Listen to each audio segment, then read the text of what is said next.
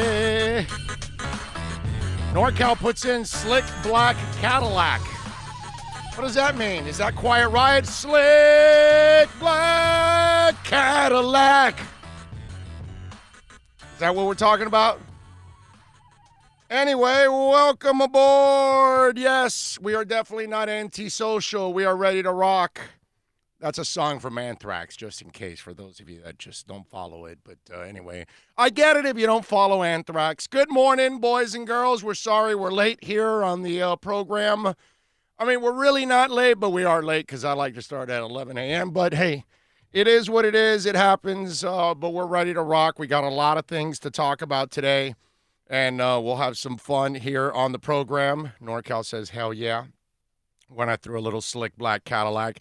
I don't want to, we can't play music anymore because of YouTube. They get all, hot and bothered, and then they block you right away, and you can't even see the episode and all that stuff. So, unfortunately, we can't add that element to all of this, but eventually those things will change too, It just got to give everything time.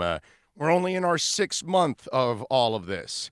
So we're good. And I'm in like starting my 3rd month with my Invisaligns. I new stage today. It's really cool how you watch teeth move and stuff. So love what Eric Mudias is doing at Mudias Dental. So we'll have some fun here for the next 4 hours. I got so many things to talk about. Maybe let's get the depressing stuff out of the way.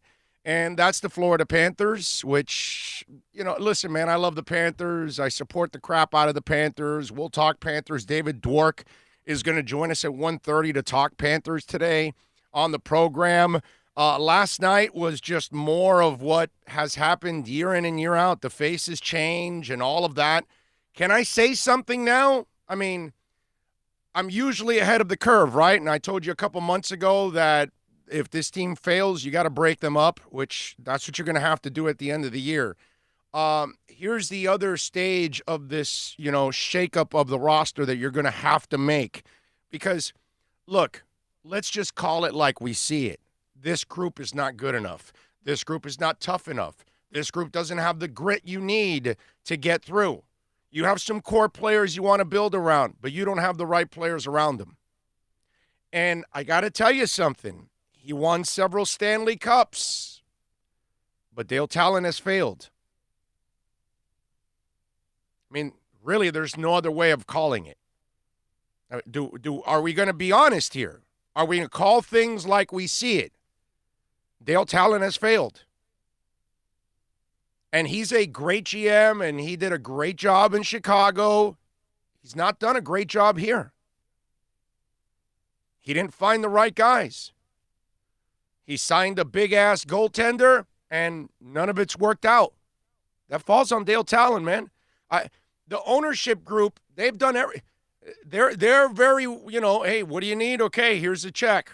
Boom. They've given you enough to succeed. And, yesterday I got into it with a guy on Twitter. He goes, well, they still can kind of make the playoffs. And I told him, make the playoffs, kiss my ass on that, bro. This isn't about making the playoffs. That's not good enough for this Panther team. Let me explain something to you. It's a failed season just making the playoffs. If you're just going to make the playoffs and get bounced in the first round, what the hell did you spend all this money for? You've done that in years past. And please don't tell me, we're building on. No, enough of that already. You can't build on this team. Okay? It's over. I'm telling you, it's over. I've thought it was over already a while ago. I'm pretty much now like just putting the last nail on the coffin. I already know what this team is. Even if they sneak into the playoffs, let me explain something to you. That's not impressive. You can't spend all this money. You can't bring in that coach. You can't bring in that goaltender to just barely make the playoffs and get bounced. I said it that if you don't get to at least the second round, this is a failed season. And you're going to tell me that this team's going to get into the second round? Oh, by the way, Bill, they're not better than the top 5 now. I'm throwing Columbus in there too. okay, with Boston, with Washington, with what am I missing here? The other two now. I'm blanking. Boston, Washington, Pittsburgh, Caps. and Caps. No, I said Washington. Washington, Pittsburgh, Boston, and now we're missing one more. Damn it, the big four. Anyway, so Tampa. Tampa. There you go. Tampa. So Columbus now is the Tampa, fifth. who beat Columbus last night And in overtime. And we're not better than Columbus. We're just not better than Columbus. I'm sorry. So you're not getting past the first round anyway. You're not past. I don't see you beating any of those top 5 teams in a 7-game series.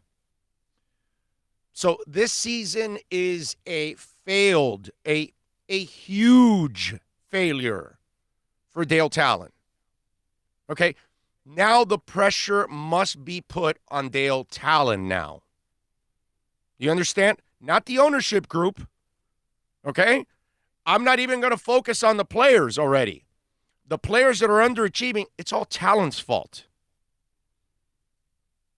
The goalie that's underachieved this year, that's Talon's fault. Okay? Now we need to focus on Dale Talon because he's not doing the job. And if I'm the owners, I'm pissed at Dale Talon. I don't care what you did in Chicago, my brother. That was great what you did in Chicago, and that's kind of what we've held you to that standard. But you're not doing it here. And you've been here 7 years now. 7 years. And the most you have to show is a couple of playoff appearances and embarrassments in the first round. That's it. Nothing more, nothing less. You're not building anything whatsoever. We're watching Barkov for no reason at all. We're watching Huberdeau for no reason at all. We're watching Trocheck for no reason at all. Because you have failed to put the people around them that are going to elevate this team. So everything now must be put on Dale freaking Talon. That's it. There's no other way to put it. I don't want to hear about the past. I don't want to hear about ownership. I don't want to hear about the players. This is all on Dale Talon and nobody else. And that's the guy that needs to be grilled by every reporter. That's the guy that needs, well, he won't get grilled on his own station because, of course, they can't do that there on the, they're at QAM and 790, they broadcast with skirts on. So there's no balls there. You know what I'm saying? They might cover, players that play with balls, but they don't broadcast with any balls because, of course, you're tied with the team. So you can't say what I'm saying. But Dale Talon's the guy, man. And let me tell you something. I'm ownership. I'm going, hey, Dale, you got this offseason to fix this issue. You better find a way to get us deep into the playoffs next year. Because if you don't, it's your ass on the line and you're out the door. I'm done with this. That's what I would do if I'm Vinny Viola and Doug Sifu. You got to get to a point now and say, Dale Talon's failed. Right? Dale Talon has failed. Say it with me. Dale Talon has failed. It's a lot of years here. A lot. I think it's 7. I'm pretty sure of that. I'm going to look it up. But I want to say it's 7 years now that you've been there. How much longer, bro? How much longer do you need to build a team that can go to the second? I'm not even am I asking for the Stanley Cup? Did I say that? No, you're just asking to not be at the bottom of the Eastern Conference, meaning 6-5, right? No, I'm meaning I want you to advance to at least the second round. I want you to show me you're growing. Right, but you don't want us at the bottom of the barrel. I don't want us outside of the playoffs in. I don't want just one round of the playoffs. That's garbage, bro. I've seen that before. I don't need that. I've watched the Panthers for 20 years. either not make the playoffs or once in a blue moon sneak into the playoffs to then get bounced in the first round. I'm tired of that story. In fact, I don't need Dale Tallon to do that. Other guys have done that here. I mean, if we're going to call things like we see it, if we're going to be honest with ourselves, Dale Tallon has failed. That's all. There's no other way of putting it. You can spin whatever the hell you want to spin, all of that. Tallon was hired May 17th of 2010.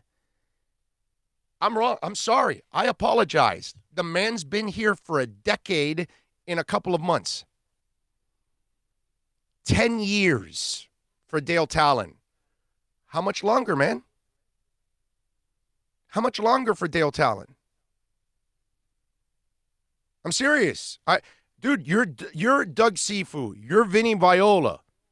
You've spent a boatload of money. He asked you, I need this goaltender. You sure that's the guy? Okay. Here you go. Here's the check.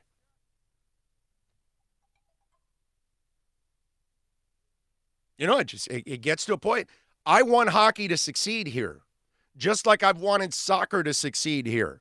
But you never get the right owners, right? Well, soccer now has the right owners. They're going to blow up. Hockey has the right owners. These guys are spending. But I got to blame it on Dale Tallon, bro. Because Vinny Viola and Doug Cifu aren't picking the players. You know, it's funny because when the Panthers wanted to add the whole, what's that called? The analytics and all that, and they kind of divided the work from Dale Tallon away, we all complained, right? So what are we doing now? Should the ownership group have stuck with that? Maybe get rid of Rowe, get somebody else in there, but maybe the ownership group should have stuck to their guns more back then. We all complain. We can't, we were complaining, oh, no, you got to put Dale Tallon back in place. For this? This is what we're doing? You're paying Dale Tallon to do this. I'm sorry. I must have missed the boat here on what his responsibilities are. I mean, 10 years in. 10 years. You wanted a core, the ownership let you sign a core. You want a goaltender, here's your goaltender. You want this guy, you want that, here it is. Here. I mean, how much more? They're investing in War Memorial over there. They're building a rink over there. I mean, I don't know how much more you want from ownership. At one point or another, they'd like to see the returns. You understand that if the general manager does his job and they win and they pack that arena, then Vinny Viola can spend more. But it's hard to keep spending when you don't see the results. And then you look in the stands and the place is half empty. And I don't blame people for not going. There's a lot of you that every year you tell me, you tell me this about the Panthers, and I expect them to be the same old Panthers. And you know what? You're right. And I was wrong. I'm expecting some different things. I'm expecting them to grow. 10 years. It's 10 years already, man. Enough, bro. Enough. I didn't realize it was that long. Yeah. Wow. I mean. Yeah. You know what? You remember that game probably about a month ago, right before the second period, Tallon was on, and he said, yeah, if this ain't working, right, before, and right. I'm looking, the trade deadline is February 24th. Yes. Okay? Yes. We're at that point, right? Yes. Dale Tallon. 6 weeks until, I guess, your favorite time of year, the NHL trading deadline.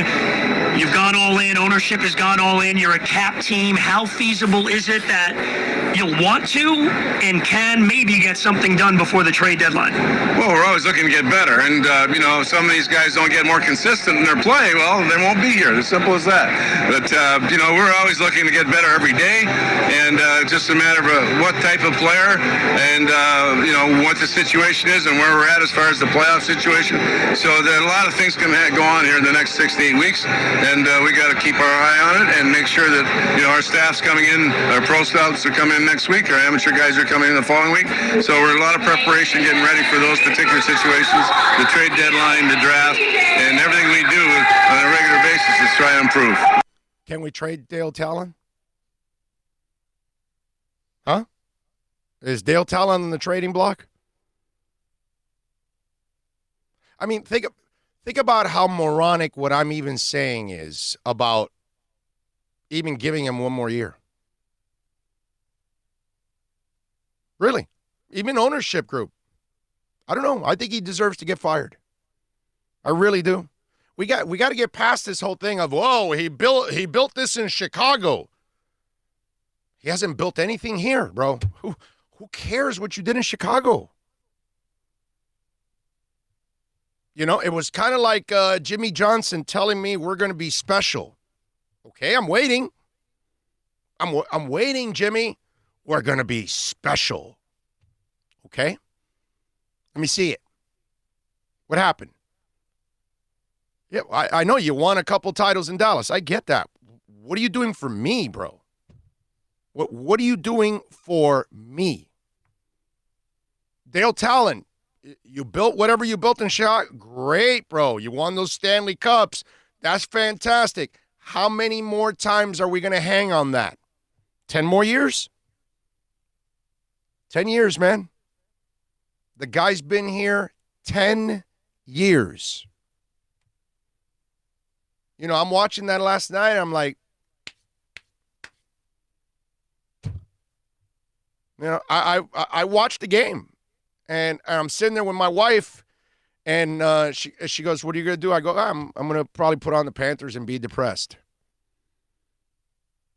That's the attitude I already have at this point. I don't have any hope for that team. That's a team that get punched in the mouth, and they don't respond, man. They get pushed around easy. They let their best players get pushed around. I'm sorry, man. The reason why those Panthers in the mid-'90s got there, it's because of their tough and their grit. It wasn't because they were incredibly talented. No, they just had a goaltender that was on his head, and they had a bunch of tough guys around him. Okay, I'm talking about mentally tough, physically tough. They were willing to work and grind all the way down. It didn't matter if they were fighting for a puck in against the wall or they were trying to clear out somebody from the crease. It didn't matter. It was the nastiness was there because that's what that game needs, man. And if you think you're just going to finesse this thing all the way through, no, man, you're not that talented. You're talented, but not that talented. This is not Olympic hockey. No. Big, wide open rink. No. This is small, compact, and it is about hitting and being physical. Yes. Gotta be. So, but for me, it's all on Dale Talon now. I don't want to hear about the players anymore. I don't want to hear about the coach. I don't want to hear about the owners. No, man. The focus is on one guy now. That's what it should be. That's what every columnist that's left in this town, because obviously they've fired everybody else, so there's only a couple left. And then whatever beat writers are left, they need to be talking about this. Okay? And we're going to talk to David Dork about it and get his thoughts on it. But 10 years, man, think about that. 10 years. What general manager gets 10 years to produce what he's produced in 10 years? A couple of playoff appearances? That's it? That's all? And it's a shame because it's not like you got cheap ownership, man. I can't I'm not pussyfooting this crap anymore. I'm not going to dance around it. I'm not going to give them the break. The Panthers don't deserve the benefit of the doubt anymore. There's no more patience. There's no more building. There's no more growing. There's no more, future. It's now. It's now. And if you can't do it now, then get the hell out. But I'm sure they're not going to fire him right now. I'm sure they're probably going to tell him, hey, one more year, here we go. And I would imagine that if he's smart, he seriously shakes up the roster because his job should be on the line. If I'm Viola, my brother, I am going in fuming. Fuming. You wanted that goaltender. You wanted all these guys. You can't win, Dale. You better fix this right away. I'm tired of spending money and not getting results. I'm looking at the stands, and the place is half full. I need more people in the seats, but they're not going to come if we're not entertaining. And the Panthers are not entertaining. And they're not entertaining because of Dale Tallon. Let's understand that. Let's stop pointing fingers at everybody else in the organization. One guy, Dale Tallon. My brother, ponte los cojones. Let's go. I don't want to hear about Chicago anymore. I don't care what you did in Chicago anymore. You're an utter failure here. That's all that counts to me.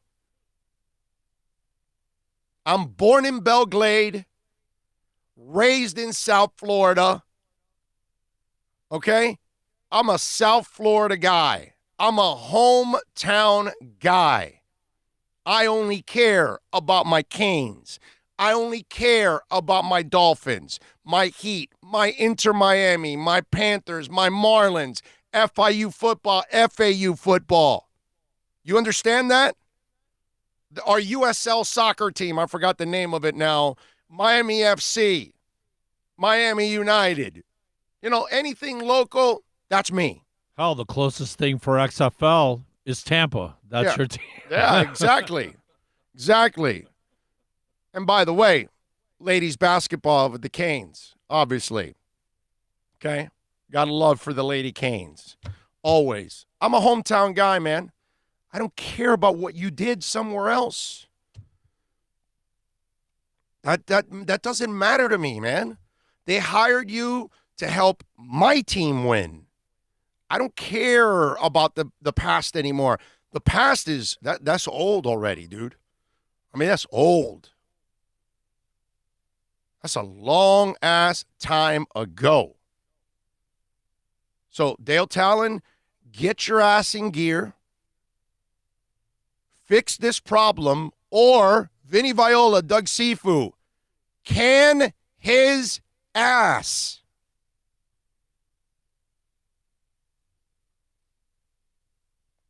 Let me tell you about Caneswear, because we love talking about Brett and all the great people at Caneswear. And let me tell you, you get on down there, you can get jerseys, shirts, autographed items of Miami Hurricanes, Miami Dolphins, Inter Miami. We got it right around the corner. The jerseys are about to hit. I can't wait. I think by the time we go do our show again, the Inter Miami jerseys will be there. We'll be able to purchase our jerseys. Can't wait. They've got, of course, the UM Adidas shoes. You name it, they've got it in there. All kinds of starter jackets, UM T-shirts, everything for babies, kids, men, women, you name it, tents. Whatever you're looking for with the Canes logo, they've got it. And then, of course, items for the Marlins, the Dolphins, the Panthers, the Heat.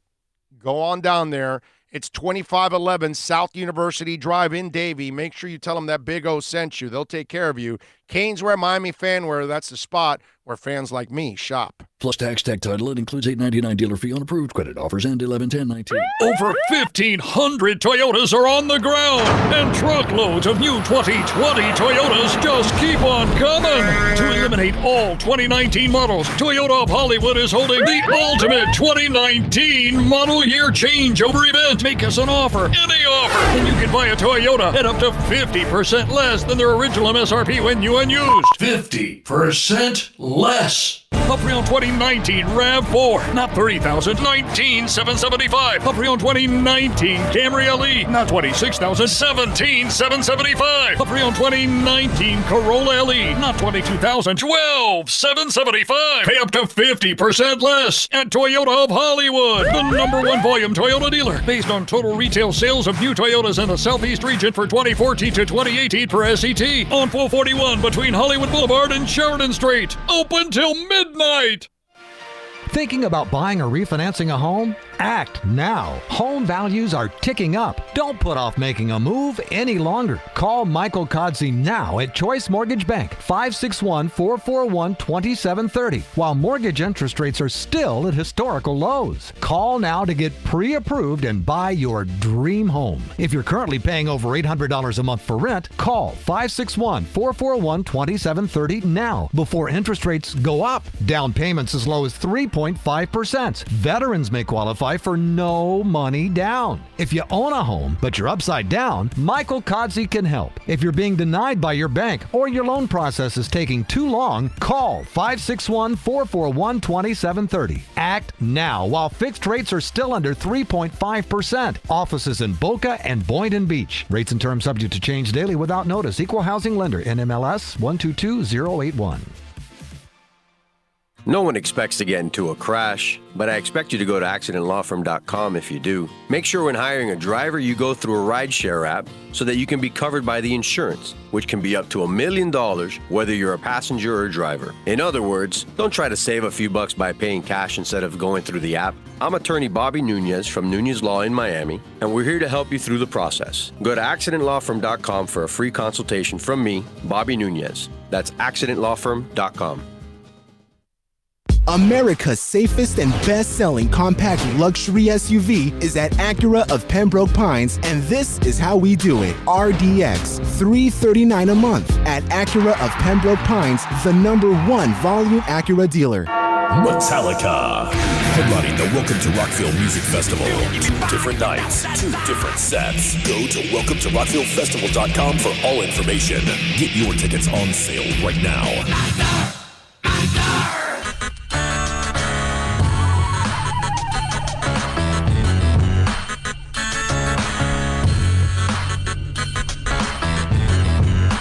This is the Big O Show.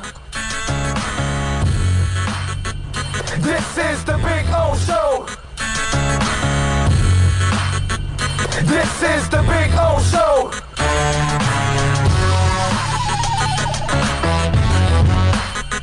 Welcome back.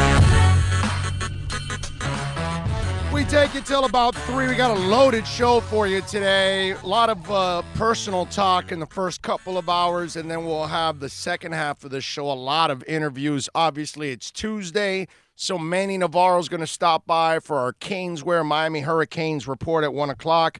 At 1:30, my buddy David Dwork from WPLG, Panthers writer. We'll get in on this subject with him at 1:30. At 2 o'clock, Jordan McPherson, beat writer for the Miami Herald and the Miami Marlins. So we'll talk a little Marlins baseball. Plus, I gotta ask Jordan about those crazy ass ideas from baseball on the playoffs, which is just ridiculous.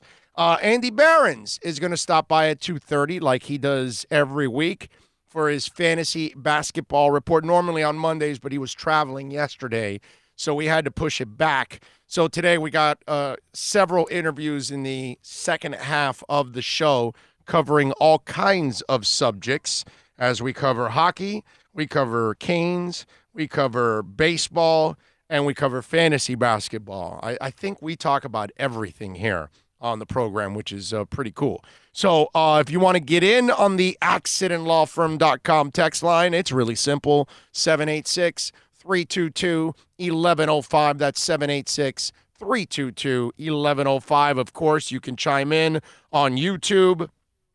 Plenty of folks are already chiming in. Man, the board has been just absolutely loaded. John says, "What's up, guys? Maybe the players are not the right guys either." Well, John, that's up to Dale Talon. That's why it's a Dale Talon thing. We got to get past all of this. It's all Dale Talon now. Guillermo says, "Good morning, boys. Loving the shirt. You guys are killing it. Keep it up. Thank you." He's an Anthrax fan. Joe Latufo says, "Good morning, Big O. What's up, Billy? Keep up the fantastic work. Thank you." Go Gators says hello. Mark McIntyre says, "Torts knew Bob was slipping 2 years ago." Well, obviously Dale Talon did not, and he failed so far. Dominic Veluso, "I like the shirt, Big O. Can I have it?" Just kidding. Let's see. Ty says, "Good morning, Bill and Big O. Man of 1,005 holds. I don't want another South Florida team to go through long durations of mediocrity. Come on, Panthers." Well, they've been at it for 20 years now.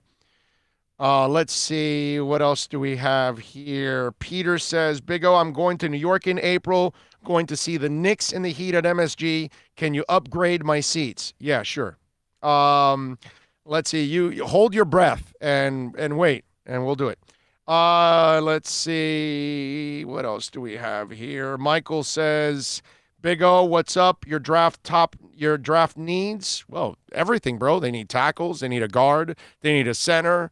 They need another wide receiver. They need a couple defensive ends. They need one more defensive tackle. They need a linebacker. They need a free safety. They need maybe not a strong safety. Yeah, strong safety. Why not? What the hell?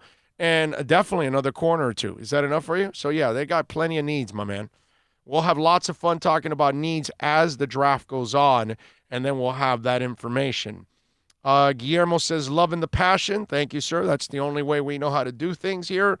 Mad Dog says, "Mace GM."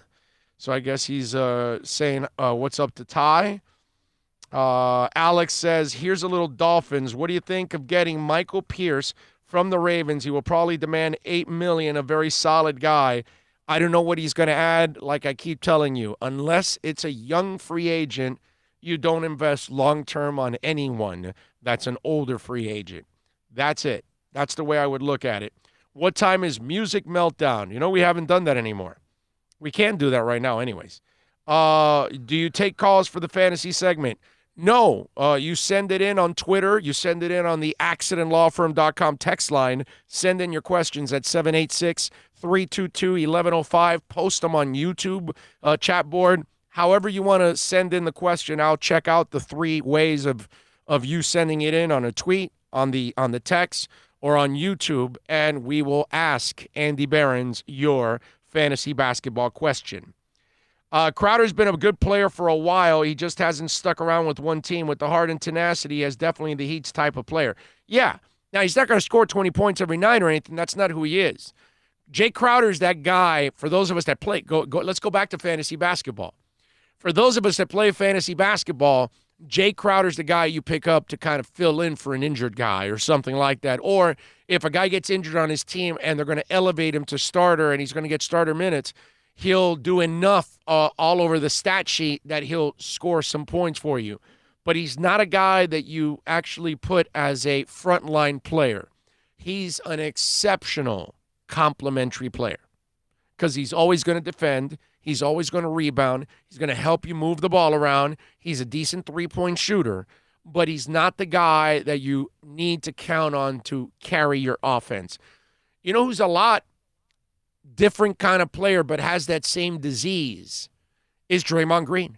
Draymond Green's an excellent player, but he needs excellent players around him in order to play well. But now when you take those excellent players away from him, because I remember a couple years ago when people were talking about him being a free agent, I remember some Heat fans would say, well, we should sign him. And I would say, no, you can't sign him because he's not a frontline player.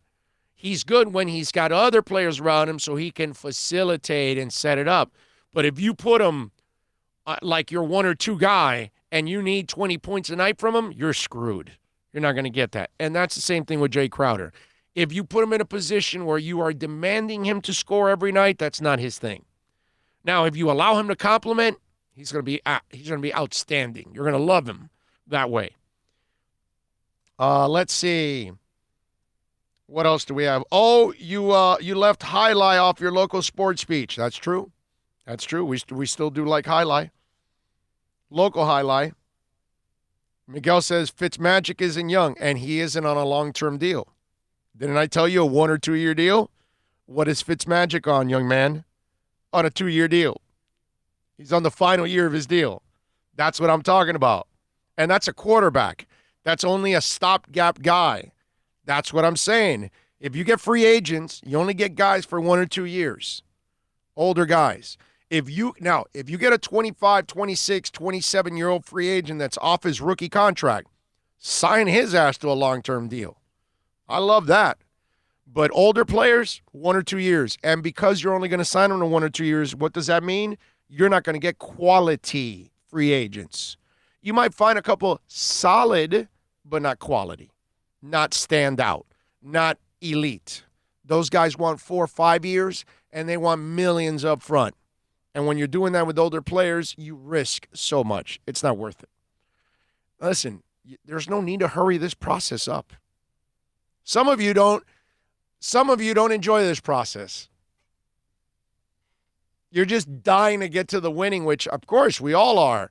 But the building part of it, I find it fun. And I like this. And I like the direction. That's why I'm not the guy that's panicking. Oh, you got to get Tua. You got to get Tua. No, you don't.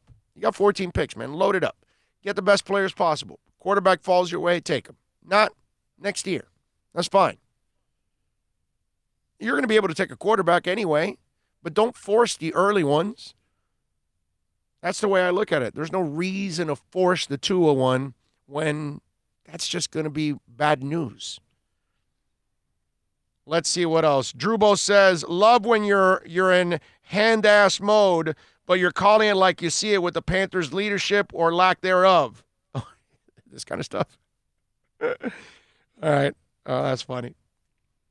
Tobias Clerk says, hashtag trust the process. Yeah, well, I don't trust Dale Talon's process anymore. I think we're done with that. I think we're done with the trust of Dale. There's no more trusting Dale. You know what I'm saying? You're married to Halle Berry. And you get married, but she says, hey, we can't have any sex right now. But you're married to Halle Berry. So you're saying, not right now. Okay. So you pull out that Dumber Dumber line. So you're saying there's a chance. And she says, you got to hold out for me a little bit. I've got this condition. We got to wait. So you wait. You wait a couple months. It's Halle Berry. You wait a year. You say, I got to wait a little longer. It's Halle Berry. You know, when that fruit falls from the tree, it's going to be ripe and ready, and it's going to taste sweet. You're 2 years in. Like, whoa, wait a minute, what's going on here? Saying, honey, hang in there. I'm almost through it, and soon we'll be able to share our love. So she gives you that look, and you're looking at her fine ass, and you're saying, okay, I'll wait. It's Halle Berry. Years 3, 4, 5. You don't even know if your thing works anymore. You get to a point where I know it's Halle Berry, but I got to get laid. I got to get out of here. Same thing. I know it's Dale Talon, but it's been 10 years. I got to get the hell out of here. I got to get me another general manager. I got to find me another woman. Halle Berry won't sleep with me. I'm just saying, you know, Dale Talon, Halle Berry. Incredibly, tempting, but if you can't taste the fruit, if you can't enjoy it, then what the hell? Why do you have it around? So, Dale, where's the winning? Where's the fruits of winning? Huh? Where is it? I'd like to know, because I can't see it anywhere, and it's nowhere in sight anymore. We're done with that too, right? We're done with, well, no, next year, and they'll take the next step next year, and well, no, Dale Talon, you don't take the next step. I'm not blaming it anymore on players. I'm not blaming it on the coach. I'm not blaming it on the goaltender. I'm done with that. How many goaltenders are we going to switch? How many players are we going to switch? How many coaches are we going to switch? The same guy's in place for 10 years. Can't figure it out. And you're not working for Mike Brown. You're working for a group of guys that are giving you all the resources. All right, man. I'm done. I can't. It's going to drive me crazy talking about Dale Talon over and over again, and it is what it is with him. It's not going anywhere. It just isn't. Let me tell you about Moodius Dental. We love talking about Moodius Dental, Eric, and all the great people out there. Look, I got my new Invisaligns in for this week. Every Tuesday, I get my new Invisaligns in because now I'm doing it on a weekly basis. I can show you here. See? These are the ones, actually, my Invisaligns. How about that? There you go. So, like, 6 is next, and then 7, 8, and 9. You know, like that. I do it weekly, and I get to change them, and you feel the tightness a little bit, too. Like you know, the teeth. And it is an amazing thing how you watch your teeth move, you know? Really, really cool. I can already see my teeth moving. By the time I get to the draft, my teeth will be nice and straight. It'll be awesome. My bite is like this, right? And your front's supposed to be over. Now they're going to fix that. So they're aligning everything at the top, which they weren't perfect. Now they'll be perfect. They're pushing it front and then aligning the bottom ones down and straightening out because the middle tooth was stuck behind 2 teeth like that. It was like that, in other words, you know? That kind of deal. Like you could see the tooth, but it was behind 2 teeth. So now it'll go like that. It'll be nice and straight. Be really, really cool, obviously. And you could smile bright. You know what I'm saying? It's like that lottery commercial that the guy's in the teeth, that he's in the dentist chair. What do I do? That guy, you got to have perfect gums and teeth in order to get that role, right? Well, see, that's what I'm going to have. I'm going to have a nice, perfect smile that I can, like, brightly smile. You know, now you kind of, like, half-ass smile, like, you know, you're not as proud of your smile, that kind of stuff. Be proud of your smile. Go to Moodius Dental. Call Eric, 305-821-0231. That's 305-821-0231. Invisaligns, implants, clean your teeth, cavities, root canals, crowns, they do it all, and they do it right there and then. State-of-the-art equipment. When you get like a crown or a filling or an implant, they make the tooth right there on the spot. You don't leave with a temporary and come back a week, 2 weeks, 3 weeks later because they, had to send it out to make the no, they make it right there. Right there. They got this killer machine. It's awesome. It creates the tooth right there. It's really fantastic. Anyway, call Moodius Dental, 305-821-0231. Tell them that Big O sent you. I promise you they'll take care of you. Hour number 2 is next, right here on The Big O Show. Plus tax, tech title. It includes $8.99 dealer fee on approved credit offers and 11/10/19. Over 1,500 Toyotas are on the ground, and truckloads of new 2020 Toyotas just keep on coming. To eliminate all 2019 models, Toyota of Hollywood is holding the ultimate 2019 model year changeover event. Make us an offer, any offer, and you can buy a Toyota at up to 50% less than their original MSRP when new and used. 50% less. A pre-owned 2019 RAV4, not $30,000, $19,775. A pre-owned 2019 Camry LE, not $26,000, $17,775. A pre-owned 2019 Corolla LE, not $22,000, $12,775. Pay up to 50% less at Toyota of Hollywood, the #1 volume Toyota dealer, based on total retail sales of new Toyotas in the Southeast region for 2014 to 2018 per SET, on 441 between Hollywood Boulevard and Sheridan Street. Open till midnight. The world's biggest band is coming twice. Metallica. Headlining the Welcome to Rockville Music Festival. 2 different nights, 2 different sets. The weekend of May 8th through the 10th. Go to welcometorocktillefestival.com for all information. Get your tickets on sale right now. The one, the only Metallica. Go to welcometorocktillefestival.com.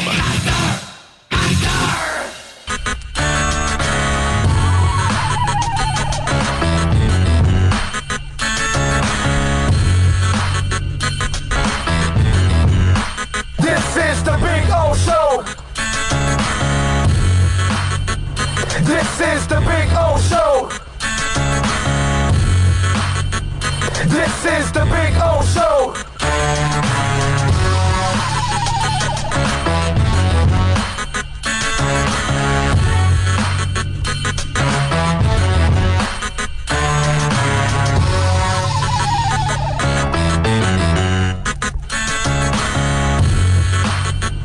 This is the Big O Show. Yes. This is the Big O Show.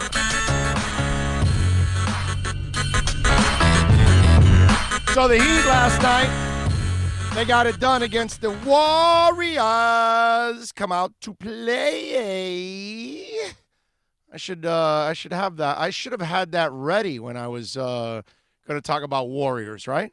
Let me see, where are my Warriors drops here? Because I do have some Warrior drops that we can play. Let me see here. Let me do it the right way, right? If we're going to do it, let's do it the right way. Where's it at here? Well, if you remember, you could be like the Canes and Jamal, come out and play. You could. Yes, you could. Let me see, where is it at here? We got it. We got it loaded. Yes. Warriors, come out to play.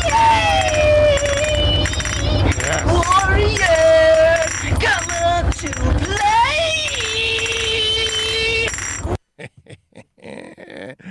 I love it. Anyway, the Heat, they had their moments. I remember when that 24-point lead was cut to 7, and you're like, you got your moments, and they were able to survive, and it's a road game. And getting Butler back obviously was the difference in that game. Crowder had 21 points, 8 rebounds, 3 steals. Dragon had 15 off the bench. Duncan Robinson with 17 in the game. So they were able to get the win, and that's all that matters, and snap the 3-game losing streak, unlike the Panthers, who have now lost 4 in a row, and they keep falling in the standings. Although I did feel good after the Uyghur goal, and then I'm just like, okay, then that's it. It was downhill. Anyway, so the Heat, they get it done. Tomorrow night they take on Utah. So we'll have some fun, and we'll talk about that. But what really made news yesterday was Joel Embiid, because Joel Embiid was, I guess he's been going at it now with the Sixers fans, and Phillies fans. I mean, they boo Santa Claus, they boo Mike Schmidt. I mean, it's a screwed up fan base. Okay, it's just a real twisted fan base. They win the Super Bowl, they completely destroy their city. You go with an opponent's jersey to an Eagles game, you probably will die, or at least you'll come out without an arm or a leg or something. I don't know. It's a bad place. I mean, they built the jail at Veterans Stadium for a reason. It was the first to do that back in the day. So we know what kind of fans they actually have when they've got a holding cell at the stadium, which is, I mean, that's all you need to know. And so Joel Embiid is kind of getting into it because they were booing him and all that, and he hit a go-ahead 3, game-winning 3, and he kind of said the shh to the crowd and all that stuff. And then he Instagrammed out the Black Knight quote, He goes, you either die a hero or live long enough to see yourself become the villain, right? And then he put hashtag the process in all of this. And, he tweets out, I'm just trying to be a good a-hole and not really, kind of dodging the fact that what he was really doing was taking a shot back at the Philly fans who, of course, can be jerks a lot of times. Now, look, Embiid is far from perfect. He's not the hardest worker out there. So there are times that those Philly fans, they have a legitimate gripe. Okay? I mean, they do. The other day, I'm watching him, and he's getting, like, some foot treatment. Did you see that scene? And he's eating a burger in the middle of, and it's like, and your conditioning doesn't look great either, that kind of stuff. Kind of reminds me a lot of Carmelo Anthony. Carmelo Anthony was a guy that, like, never really took care of himself. Like, you watch LeBron, and you watch Wade, and you watch Chris Bosh, and you watch all those other guys that were taken in that draft, how they take care of themselves, they're cut up. And Melo always had, like, a little bit of a tummy. It really didn't really work on his body. You could tell he was not the guy that was going to be at optimum levels of conditioning. You know what I'm saying? And Joel has that issue. And I could see where people might be turned off a little bit because when you are gifted with that kind of ability, you yourself would expect so much more, right? Because when you're that gifted, I expect you to be Kareem Abdul-Jabbar. When you're that gifted, I expect you to be Wilt Chamberlain. Right? Shaquille O'Neal had these moments too, where he got fat, got lazy, did not work hard enough. Because again, you have that athlete that he's so gifted that he can kind of coast. You know what I mean? He can Lupe Fiasco on your ass. He can kick, push, and coast. Right? And Embiid is one of those kick-push guys. Carmelo Anthony, kick-push guy. Shaquille O'Neal, kick-push guy. A KPG. We got a new saying. We got a new one on the show. He's a KPG.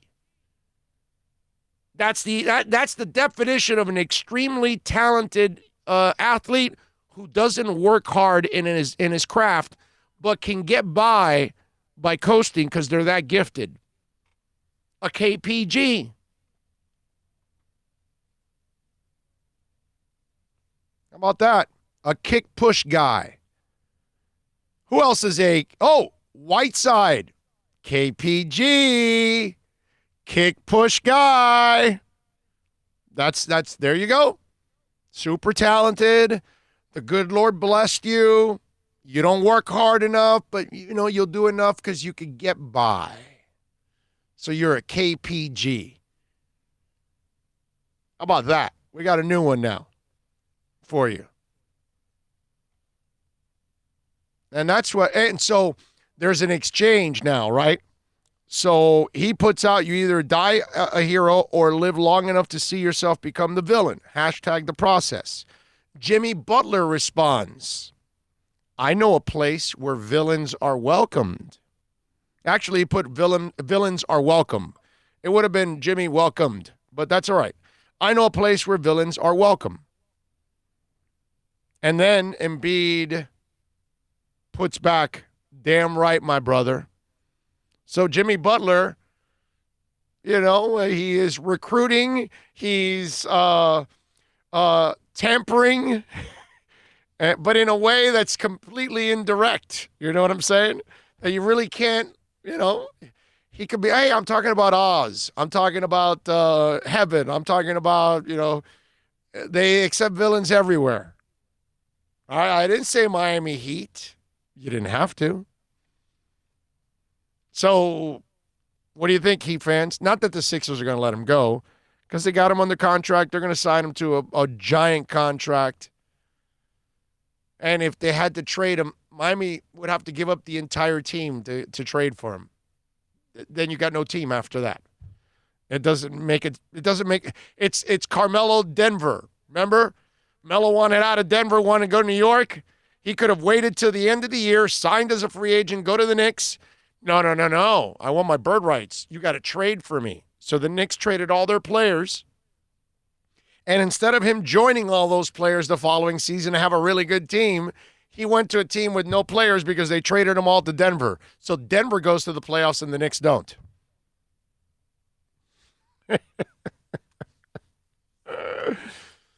But that was funny, that exchange between Butler and Embiid. Not that I think it will lead to anything whatsoever. But Lord knows Riley must love it. Because you know Riley and his whole love affair with big centers. So here's a guy that, although is Embiid a Heat guy? That's what you got to ask yourself. I've been over here and I've been listening, and I would no, he is not at all. So a KPG isn't a Heat guy, right? Because we went through it with Whiteside. So this is a guy, I got to be the a-hole guy. I got to be the fun guy. I got to be the serious guy. This guy's schizophrenic, Embiid. He doesn't know what he has to be, what he should be. It's really weird. But if he's KPG, isn't that your answer already? So Jimmy can recruit him, but is he really a Heat guy? So you're going to have Jimmy around for the rest of his career to ride his ass? I don't think so. That's the thing. KPGs don't fall in line with the Heat. This guy, can you imagine he would have to live up to the conditioning of the Miami Heat? I don't know. And think about this, ladies and gentlemen. If you trade for Embiid, I guarantee you Bam Adebayo has to be going that way. Where do you stand now? That's a good poll question. If the Heat had an opportunity to trade for Embiid, and Adebayo must be included in that trade along with others, would you do it? Because Bam Adebayo is no KPG. No. That's not a KPG.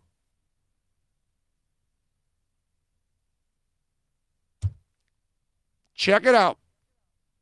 Let's see what we got here. Talent wouldn't have lasted 10 years if he was running the Heat, Canes, or Dolphins. Being mediocre for so long, he should know himself that he's on a hot seat. That chair is on fire. Time for changes. I'm with you. Mike Mon says, we are getting Tua. All right, just get another quarterback because that guy's going to break down.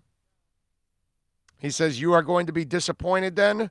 I'm not going to be disappointed. I'm just expecting him to break down. So that's why I say plan accordingly. Get another quarterback. KPG, great, Big O. Thank you. All right. Jimmy is so funny, user Tom says.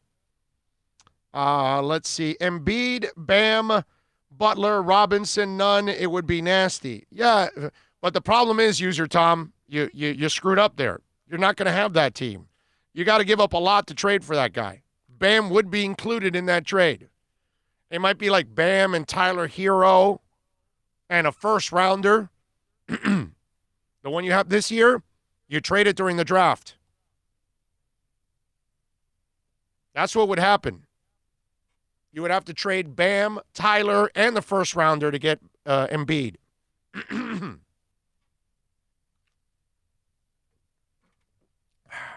So that would be a problem. I don't think you guys would want to do that. If they want just Bam, I don't want him. He's not us. He's a KPG. He's not us. He's a KPG. There you go. KPGs don't fit, baby. They don't go. They're not the Heat way. We just got rid of a couple of those, right? Yes. So now we're going to... Dion Waiters, KPG. Whiteside, KPG. Yes. Those are KPGs. No doubt. I would go with that 100%. Can't disagree with you on that one. 786-322-1105 if you want to get in on the program. That's 786-322-1105 if you want to get in on the show. Phillip Rivers, by the way, it was official yesterday that they parted ways. Now, he's moved over to the west coast of Florida, and he's been linked to Tampa. The Colts have been another team. The Jags should be thinking about it, but I know they've got all that money invested in Foles, so they're kind of screwed. Let me ask you something. Do you think Phillip Rivers has declined? Is that a guy you wouldn't sign? Right? It looks like it, right? We saw the decline the year before in the playoff game. Okay, now. And then we saw him fresh and ready to go, and as the season went on, right? Yes, and I agree with you. What we saw. Was it accurate? Let me explain. He had 23 touchdowns and 20 interceptions on 66% completion percentage this year. Not very good, right? 23 and 20 is a terrible ratio. So you would say he's losing it. 2 years prior to that, 60 touchdowns, 22 interceptions. The 4 years prior to those two, 125 touchdowns, 63 interceptions on 65% completion percentage. So if you look at it, in the last 6 years before last year, he threw 185 touchdowns and 85 interceptions. He's not as bad as we think he is. And if you're a coach, you're going, well, wait a minute. He really just had a crappy year last year, and in the playoffs it didn't go well. But if I'm a better coach and I set him up the right way, I can get him back to where he was the 6 years prior, where he was playing really good football overall. You know what I'm saying? And that's where we kind of get clouded. I did too, by the way. When I looked into the numbers and I started to do a little homework, okay? Because we actually work on this show. Okay, I'm actually a host that will actually like delve into the numbers, and I would actually like come up with a discussion for you and give you the pros and cons to anything and everything. Okay? Just like the Dale Talon thing. So nobody's saying that in town right now. Nobody. They'll start now because, okay, I start the fire always. But this is what you got to talk about. And you look at Rivers, and maybe if you're a playoff caliber team, I can see where you would sign Rivers and say, I can get him back to those 6 years. This past year was an aberration because of the situation. Remember, they didn't have a great running game. So he didn't have a running back that he can depend on. Because think about it. You give Rivers, let's say you put him with Derrick Henry, and I'm sure he's going to look a lot better. You know what I'm saying? Hell, you put him in the Colts with their offensive line, okay? And even, God, what's his name? I know he has his share of injuries, but he's a Mack. You give him that back. He's all right, actually, Marlon Mack. He's had his share of injuries, but still, he's a productive back overall. It's just he would look better in those situations. The Bucs have two monster receivers. Monster receivers. They've got tight ends. The Bucs have a lot of weapons. They have a decent running game. They don't have a great running game. That would be the one thing that you need to improve with the Bucs. But man, the weapons he could throw them to. Because the Godwin kid along with Evans, and then you've got OJ and you've got Cameron Brate. You got weapons, dude. Big time. So I was looking at that, and the Rivers move, is not as bad as it kind of looks. Because I was with you, Bill. It's like, oh, he's on a decline. It doesn't look good. But then when I'm looking at the numbers, I'm going, well, maybe I'm just blinded by the last year. That, okay, he had the bad playoff ending. Then he had this mediocre season because they had a setback from the year before because they were awesome the year before. And then you're like, oh, wait a minute, hold on a second. Was it him? Was it the whole situation? Because you were playing pretty good football for 6 years before that. So, yeah, because I wanted to see, okay, you had a bad year this year. What did he do the year before that and the year before that? And were there, 2 out of 4 bad seasons the last 4 years? Were there 3 out of the last 6? No, dude, it's only 1 out of the last 7. What's the thing that jumps out at me? That's not too bad. Is completion percentage. It's high. Actually went up. Yes. It was only 1 point, but it's still there. Yeah. Yeah. 2 out of 3. Right. That's good. I know. Yeah. Yeah.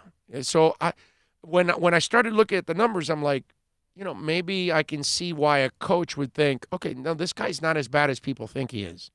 If I take care of him, if I give him the protection, he'll make the right decisions because, look, he's still shooting in the mid-60s. So if you're completing passes and I give him Mike Evans, who's got range like a mofo, all you got to do is throw it in the vicinity. He's going to get you to 70%. Okay? I mean, Dante Culpepper was never a good quarterback. Okay? He was an athlete throwing the ball around. But he had Jake Reed, and he had Chris Carter, and he had Randy Moss. He had 3 guys that had this incredible range. So it made him look a lot better than what he really was. That's why when he lost his knee, he stopped being a quarterback because he couldn't use his athleticism. Because that's what made him a quarterback. And we still have those. We have those kind of quarterbacks now in this league that they're made from their athleticism because they can't sit there in the pocket and really beat you.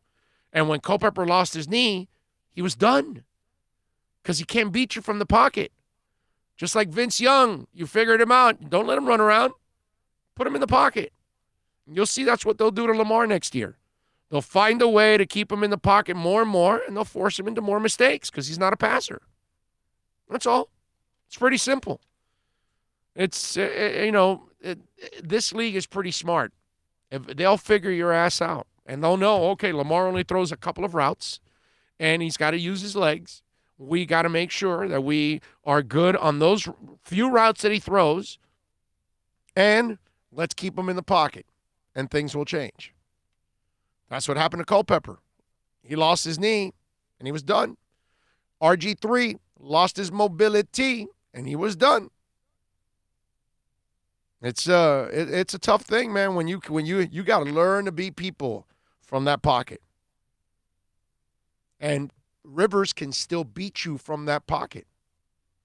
So it might not be a bad signing to go after Phillip Rivers for Tampa, for a team that's, you got to be a playoff caliber team, a team that you feel like, okay, we could get in the playoffs. We just need the right quarterback and we're fine. I can see you going. If you get some better quarterback play. Yeah. The Colts. Your team is totally elevated by that one guy. Colts. Man, that offensive line, that would be ideal. And they got some free agents on that line because Costanzo is a free agent. But still, if they're continue shoring up that line, like I said, they're a playoff team. I know the Jags are tied to Nick Foles, and they made that mistake, and they've got the porn stash there too. So they're kind of all right at quarterback right now because they may be building on Gardner Minshew if they are or whatever.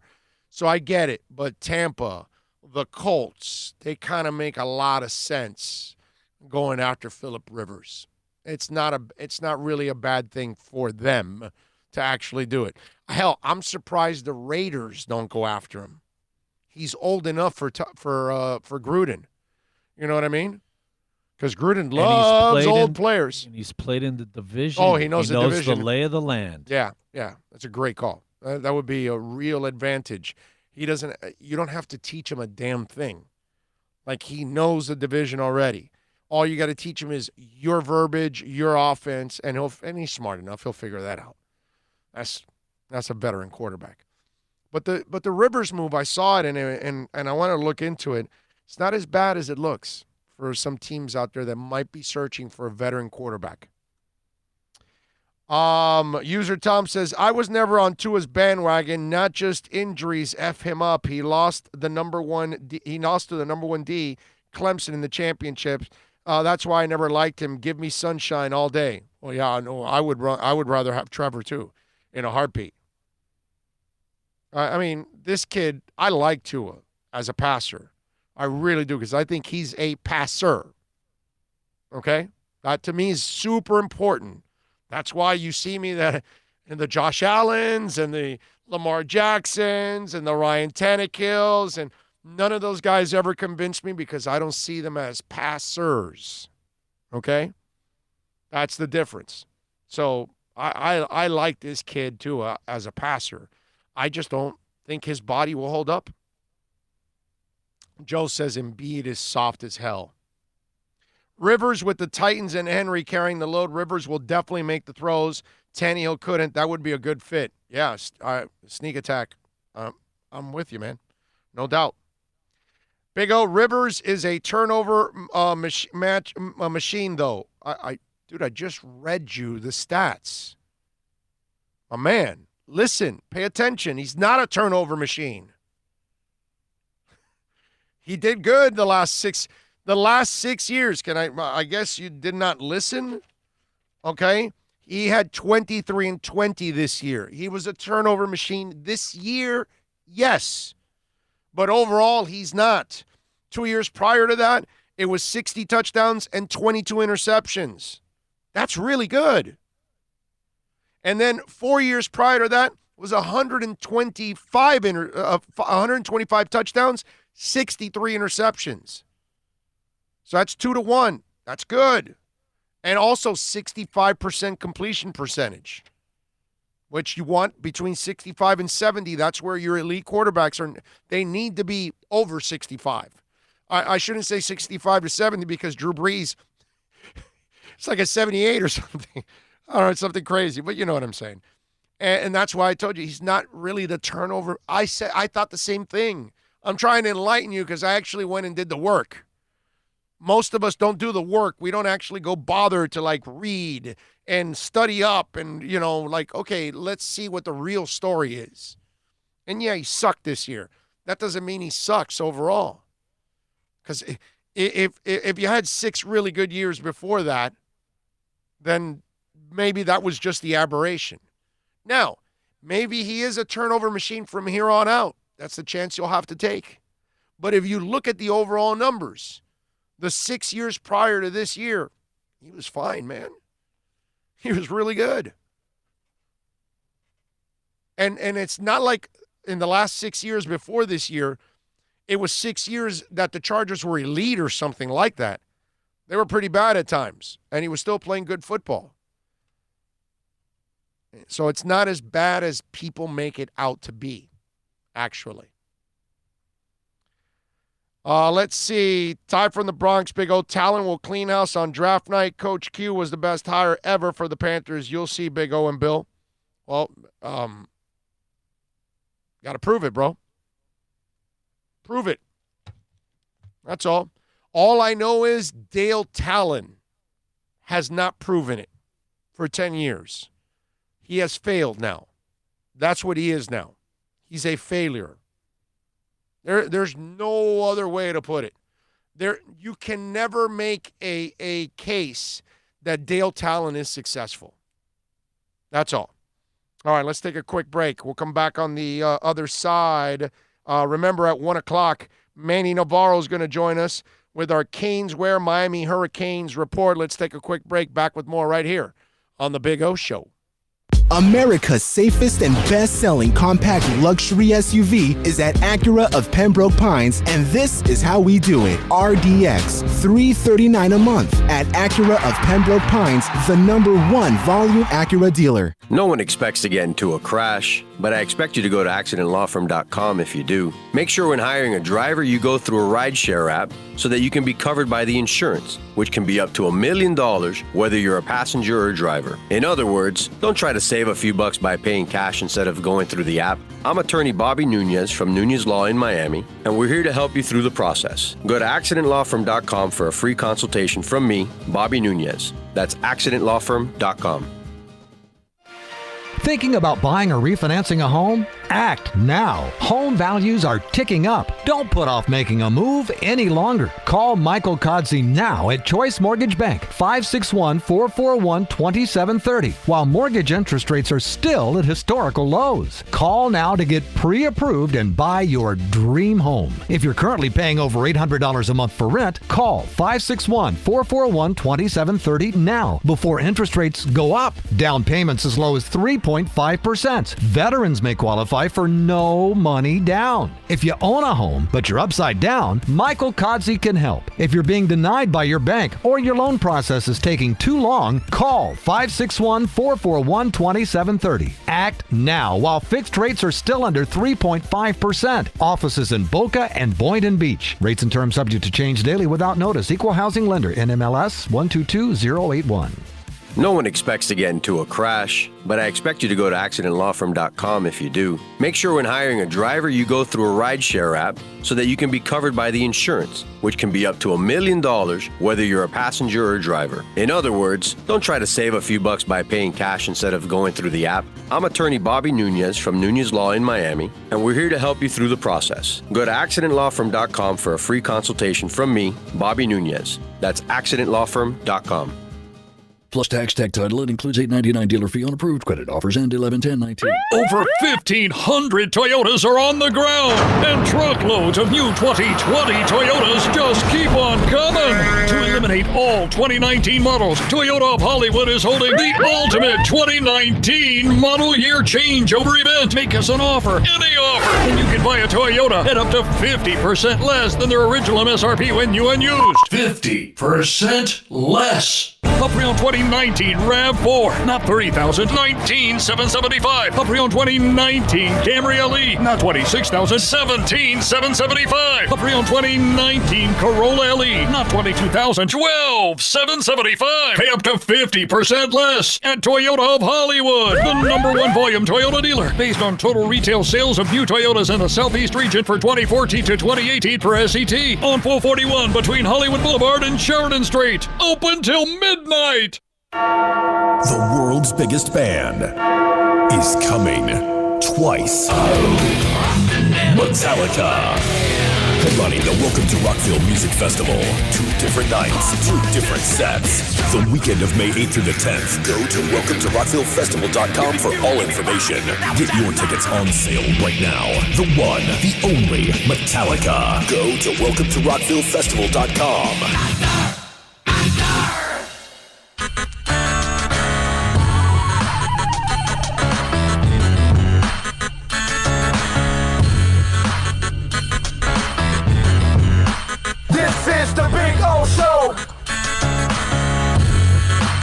We are ready to rock. We are back. I see you. You played the Rockville promo. We will be giving away some bands for Rockville, so make sure you send in your name, full name, contact phone number, email, and send it to our accidentlawfirm.com text line 786-322-1105. And in March, we will be giving away passes to Rockville. All 3 days, you get to see Metallica close out 2 nights. Are you a Rage Against the Machine fan? Yeah, actually. You are? Yeah. They are getting together again for a North American and European tour. That's what we heard that, right? Yeah, We've been waiting. It's official now. They'll begin March 26th at Don Haskins Center in El Paso, with the North American leg concluding with 2 nights at MSG on August 10th and 11th. Then they'll head to Europe, starting with the Leeds Festival on August 28th, winding down in Krakow, Poland, September 10th. Okay? Tickets will go on sale February 13th at 11 a.m. at the band's website. Okay? Now, do you think we have a date here in Florida? Okay. Maybe somewhere in Florida, but not us. No Florida date. Not a one? No Florida date. Well, they did do something. Was it a couple years ago? Yeah. At Coral Sky, Yeah, right? but that's not. It wasn't Rage Against the Machine. It was a mixture. Yes. Yeah. It's Hodgepodge. It's not Hodgepodge. It's the one with Ice Cube, bro. That's what it is. It's Morello and Ice Cube. Somebody help me out there. Morello, Ice Cube. What's the name of their band? Prophets. Whatever. Oh, damn it. That's what you're confusing it with. Anyway, somebody help me out there. You know who I'm talking about. Anyway, I'm old. So, you want to get pissed? You want to get pissed? Right? You ready for this? What else are we not getting? So, no. This is the part that's going to frustrate your ass. Okay? No Florida dates. Tuesday, April 21st, Oakland. We leave the day before to Vegas.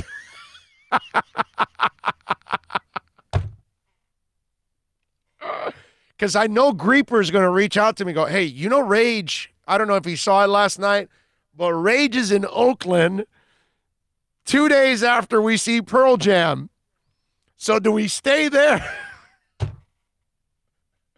Or do we get on a plane on the 21st, fly over to Oakland, see the concert, and then fly back? I mean, I don't think we could check the flights. I don't think it'll be an expensive flight. But that, obviously that's a cost. But how cool is that? But, we didn't know this. If not, we could have, extended our stay in Oakland, stay for Rage Against the Machine, see Pearl Jam twice, see Rage Against the Machine. You know what this is? This is a perfect example of how other places have where we don't. Yeah. Yeah. No, you're right. Yeah. NorCal just sent it. I know, dude. I know. Now we're in a dilemma. Now I got to figure out what the Southwest flights are from Vegas to back to San Fran. At NorCal, if we go for Rage Against the Machine, you got to pick us up at the airport, okay? Oh, man. But you got to admit, that's pretty cool if we go back to Oakland and go see Rage Against the Machine. My wife will go, what are you, just out of your mind? What are you doing? The draft starts on the 23rd. No, we got time. That's Thursday. That's Thursday. So this is Tuesday. Yeah. 21st. No, we got time, bro. We got time, and we can squeeze in a show, a podcast. We can squeeze in the show either there or in Oakland. It doesn't matter to me. Wherever we are, we can get in a show. Yes. So that doesn't matter. That's the least of my concern. That's the beauty of what we do, that we can do a show anywhere and just keep going. But, man, I got to tell you, it's tempting. I got to look and see what the plane tickets are, so then we'll figure it out if we can go and fly out in the morning. Who is with Rage? I don't care. It doesn't. Does that really matter? That's true. Does that really matter? It's not going to matter for you. You're going to go see these guys haven't been together in 10, 12, 15 years. I don't know what it's been a long, long time. The last time I saw them was 1997 at the LA Coliseum opening up for U2. The night before, I saw them in Oakland with Oasis opening up. Those were my two opening acts for U2 in 1997. One night it was Oasis in their heyday, and then the next night it was Rage Against the Machine at the LA Coliseum, which, by the way, they dropped an F-bomb in every other word that they were, singing. It was just one of those deals. But yeah, NorCal says, you got it. See you at the Oakland airport. I got to figure out if we could get, it can't be that expensive, a round trip ticket. It can't be. I know Greeper's going to want to go. I know Grieper will say, I'm in. I mean, he's already there with us. You know what I'm saying? Well. And I don't miss April Wine on Saturday, which is important to me. I know it's not important to you or Grieper, but it's important to me that I see April Wine on Saturday. Super important to me that I get to see April Wine in Vegas. Oh, man. Tuesday. Wow. Yeah, that's pretty cool, right? I saw that and I was like, okay. I saw we had no Florida date, so I go, all right, let me see if there's something that coincides with anything. I look at the Oakland date and I'm like, wait a minute. We're oh, damn it, we just left. We leave the day before. That's twisted. Yeah. So we're gonna be at the we're gonna see a lot of the Oakland airport in a couple of days. Oh man, that was good. So maybe we'll do the Rage Against the Machine. What the hell? I think that'll be a lot of fun if we're able to do it. No, that would be. Where were you? Oh, well, let's see. We were in Oakland, then we were in Vegas. You know, it's we funny. Went back to Oakland. And that's funny that we went back to Vegas. How about this? The only 2 times I would have ever seen Rage Against the Machine would be in California, at the LA Coliseum, and then in Oakland. And where are they playing in Oakland? They are playing at Oakland Arena, same place. So we're going to see 3 concerts at the Oakland Arena in 4 days. How about that? But, hey, man, 2 Pearl Jams and a Rage Against the Machine. I think, we're pretty blessed to be able to do something like that. I think that's pretty cool. All right, so there you go. Rage Against the Machine for those of you out there. Check out the tour dates.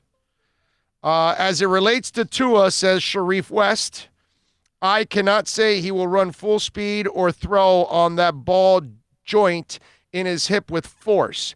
Therefore, I will trade Xavier Howard Rosen, the 18th overall and the 50th pick, to Cincinnati for Joe. Sharif, do me a favor, bro. Put down the weed. Okay? The Bengals are not trading Joe Burrow. You can come up with any fantasy trade you want. They're not doing it, bro. So put it down. Let's see. Pellegrino says Rolling Stones announced a new tour, Tampa. Yes, we talked about that earlier. That for those of you that missed out the Stones here, you can go up there and see them. Let's see what else it is. You should do a show at the Rage concert. That's what Mike Mon says. I will. I will open up for Rage Against the Machine, and I will show a lot of rage, and that's it. I'll do it. Thank Tommy for getting Kiss into the Rock and Roll Hall of Fame. Yes, definitely, big time. Definitely. Let's see. Sharif, I think I told you what I think. I think you're on drugs, bro. I think you need to stop smoking at 12:44 p.m. It's not even 4:20, but I know what you're saying. It's 4:20 somewhere. And Bill, let me see if the Pensacola VFW has Rage Against the Machine scheduled. Nope, no, I know that. No Florida dates. I said no Florida dates. If there was a Florida date, even Pensacola, I think Bill and I might make that journey. It's not a bad drive. I mean, we just did it. It's not a big deal. It's a little long at times, a little boring, because Florida's not an exciting. The only drive that's worse than Florida on the Panhandle side, the Turnpike side is not so bad. But I'll tell you what the worst driving in this country, at least that I've experienced, Texas. Okay? Texas is like it's desolated land from one side to another. All you see are tumbleweeds. And then the mountains seem to be like in the distance always. At least like when you're out in the West and you're driving through Arizona and Colorado, man, you're driving through mountains. It's so cool. You have scenery. You see creeks and rivers and when waterfalls. You're cruising Idaho, Utah, Wyoming. Yeah, beautiful. There's a postcard out your window. Yes. Everywhere you look. I've done it. I've done it all that West Coast, not that up north, but a little lower. And I know what you're talking about because I've seen it. But Texas, the worst. And if I remember correctly, the I-10 length of Texas is 969 miles, I want to say. I want to say it's something like that. and it's close to 1,000 miles of boring. It's really, really bad. Oh, the worst. But the Panhandle is kind of boring. Yeah. Shreveport, all those like muddy, swampy areas, boring too. Because it's so gray and brown, because the water is either dark brown or gray, or it just, it's depressing too. It's not a fun drive. Out west is fun. That's where like you're like marveling at all the stuff that you're watching. You're like, wow, Mother Earth, man. That's pretty cool. And then you drive the Panhandle, you drive through Shreveport and Louisiana and all those kind of places, and then Texas, and you're like, damn, this sucks. This takes the life out of you having to drive through that crap. So it is kind of lame. Let's see, what else do we have here? Most of Texas is like that, but Austin has the hill country. I don't think I've been through Austin. Texas is a poop hole, says Lucky the Bookie. All right. Well, there you go.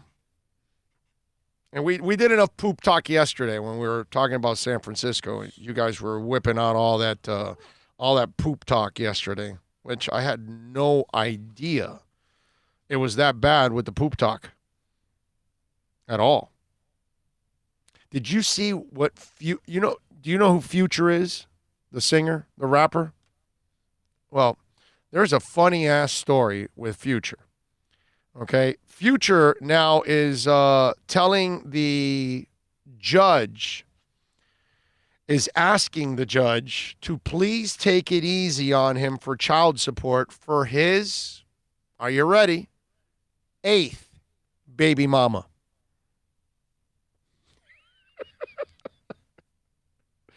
I mean, talk about a first class. Say that one more time, please. His 8th baby mama. Yeah. Interesting girl. Okay. His 8th baby mama. But here's how the story goes. Rapper Future is hoping the judge presiding over his case with the possible mother of his child in her lawsuit against him will go light on his pocketbook. In response to Eliza Regine's temporary child support and custody lawsuit against him, Future's legal team filed a motion for downward deviation, which essentially means Future would like the judge to keep his potential payments on the lower end of the spectrum. Eliza Rain is hoping the judge will force Future to take care of the baby she claims he fathered and has yet to financially support. She also wants Future to fork over her attorney fees as well. According to the alleged baby mama, he has never physically met the child born over a year ago prior to the latest efforts by Eliza Rain to get Future to pay up. The Atlanta rapper hit back at Eliza by accusing her of lying about her financial situation.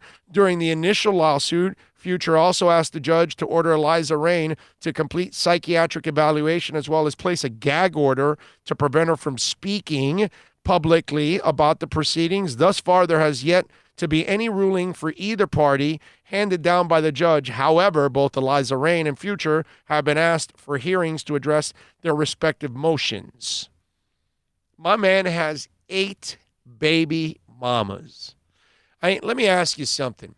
How stupid can you be, Future? You are one dumb mofo. Put a condom on it, bro. Seriously. You're lucky you don't have a disease, much less that you're spitting out kids left and right. His ass is broke. He's done.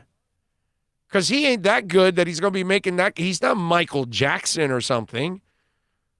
This isn't Justin Timberlake. This isn't the Rolling Stones.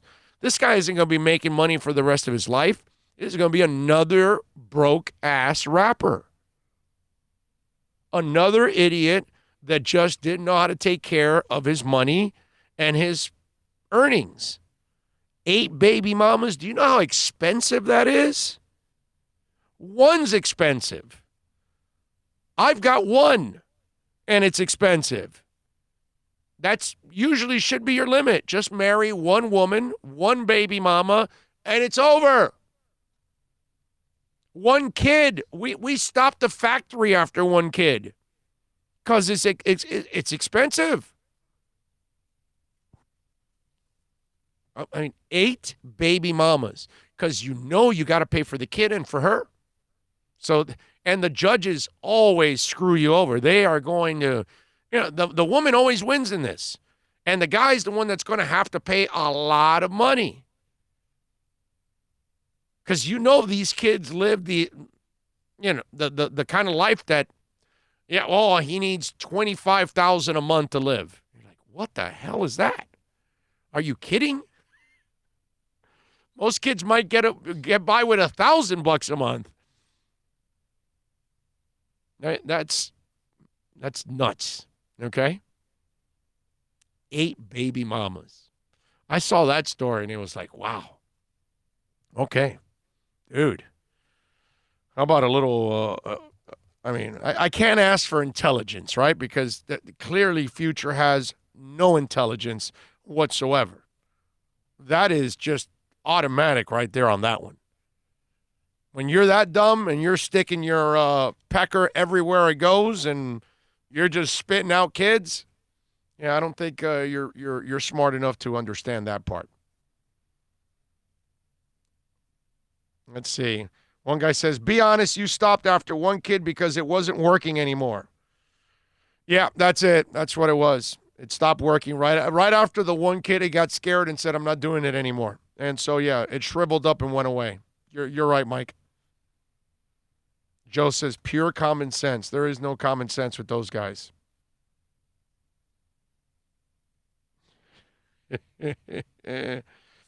I can't tell who's stupider between Future and Pellegrino. Why? What did Pellegrino do now? Why are you guys picking on Pellegrino? What did he say?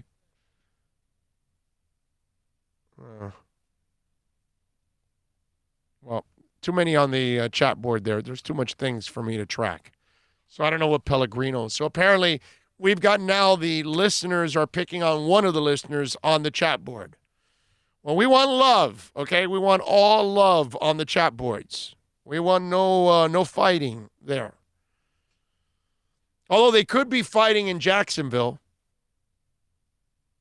Shad Khan now has come out to talk about how his team is playing 25% of their home games in London. He goes, I think it's been great. Khan said of the decision to play internationally via News 4 in Jacksonville. He says, Jacksonville, I think, is a small market. When I was introduced, for me, it was, I'm going to do everything to keep NFL football in Jacksonville. So how do we do that? A logical solution to me was really, we want to expand the team's fan base. We don't want to put extra pressure on our fans in Jacksonville to be able to support all the games. Khan believes there's plenty of fans who want to see the Jags play in London. He says playing games outside of the country really has turned out great for us, Khan said. Now, I think our fans have traveled with us. We have a lot of fans outside the U.S., and it's been a win-win for everybody. Great for the league, too. Now, Khan, remember, has interests on the other side of the pond, as it is, and businesses on the other side, right? And he's building all kinds of stuff there in Jacksonville. There's going to be a new complex, real estate, malls, all kinds of stuff that he's invested in to kind of, generate more money, obviously. And let me tell you something. I was thinking about this, and the automatic thing is that this is going to end up in London when it's all said and done, right? But I start to think about the what they're doing and what he's saying. There is one thing that you cannot argue with Shad Khan. Jacksonville's a small market. They have no business hosting an NFL team. And he actually is doing them a favor because, see, in Jacksonville, you can't have it both ways. You can't complain that all the games are not being played there when you're not really filling up the stadium anyway.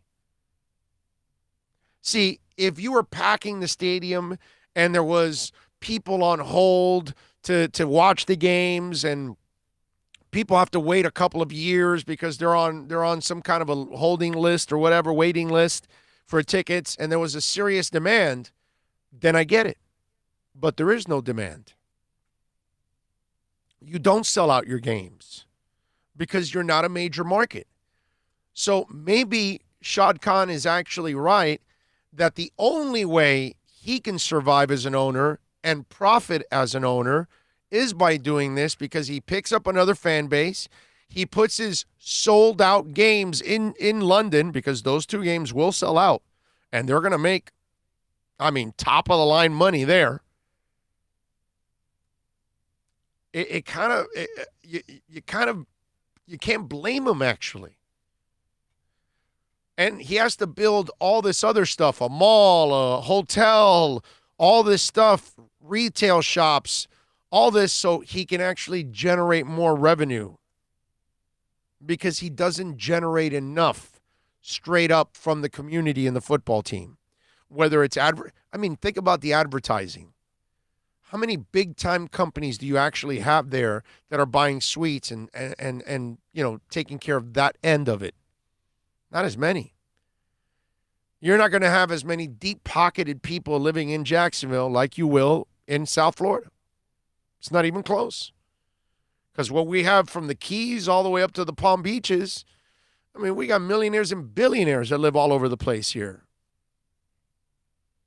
National, international city. There's so many corporate angles here that you can go after. It's a whole different ballgame, man, than Jacksonville. So maybe it does end up in London down the line years from now. But presently, the way he's going about it, he has no choice because of the market that he's in. And I can't blame him.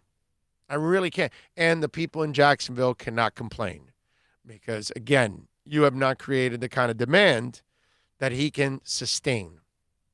So that's why he has to look for revenue in other places. We need to shift gears. Yes, we are.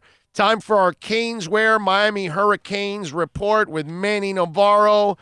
We do it every week here on the program. And don't forget that also our program is brought to you by Toyota of Hollywood at 1841 North State Road 7.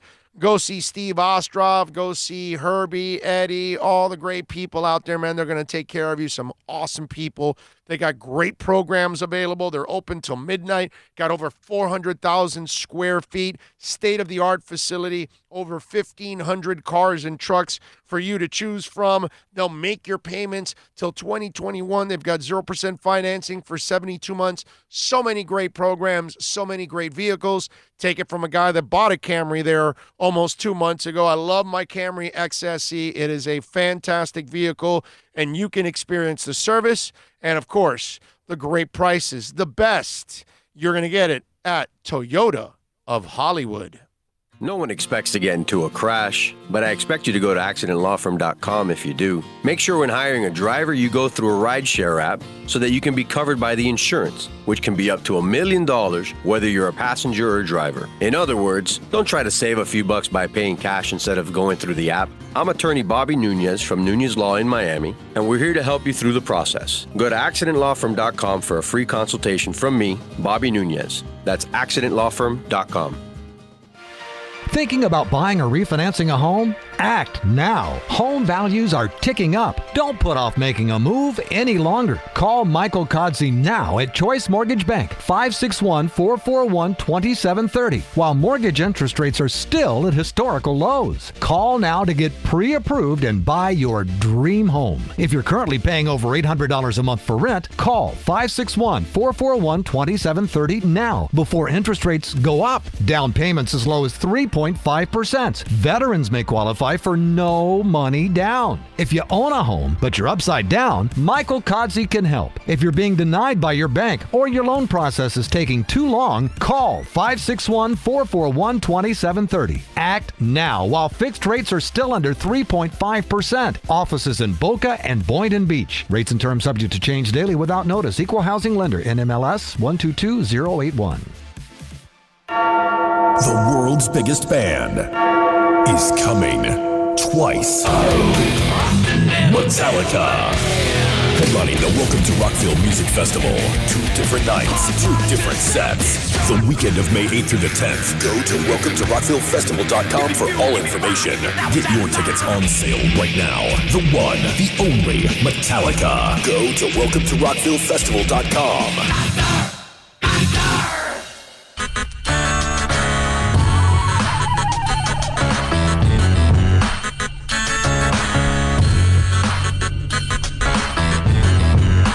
This is the Big O Show.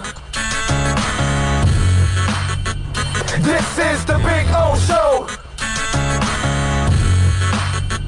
This is the Big O Show.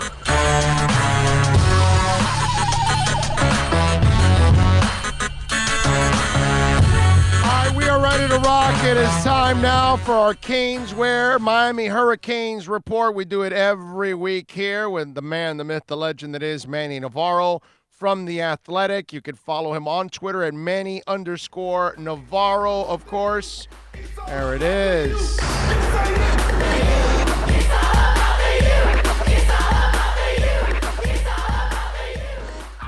Yes, it is. And, of course, go to Caneswear, 2511 South University Drive in Davie, and follow my man on Twitter at Manny_Navarro. Manny, how you doing, my friend? I'm doing great. How are you? Very good. So, did you enjoy yourself over at Marlins Park? I thought it was a great vibe, dude. 17,000 people. That's a lot. Yeah, a lot more than the 16 USA Today said were made up the fan base, right? That was their little sort of joke of the Marlins. Look, man, there's a lot of people who care about baseball, and I think, just haven't had the right ownership group, haven't had the people in charge to keep these players around, keep the interest there.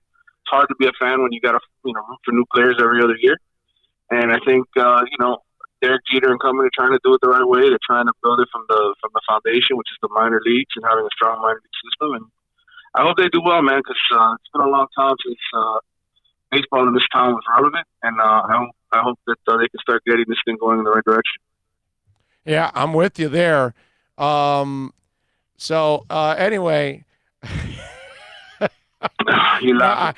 I got Bill freaking out on a text I got. Anyway, so yeah, I just can't share it, unfortunately. Wow. Yeah. Anyway, so anyway, Ed Reed came out a couple days ago and kind of defined his role.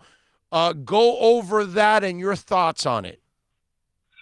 Yeah, I mean, basically, Ed talked about the fact that this is.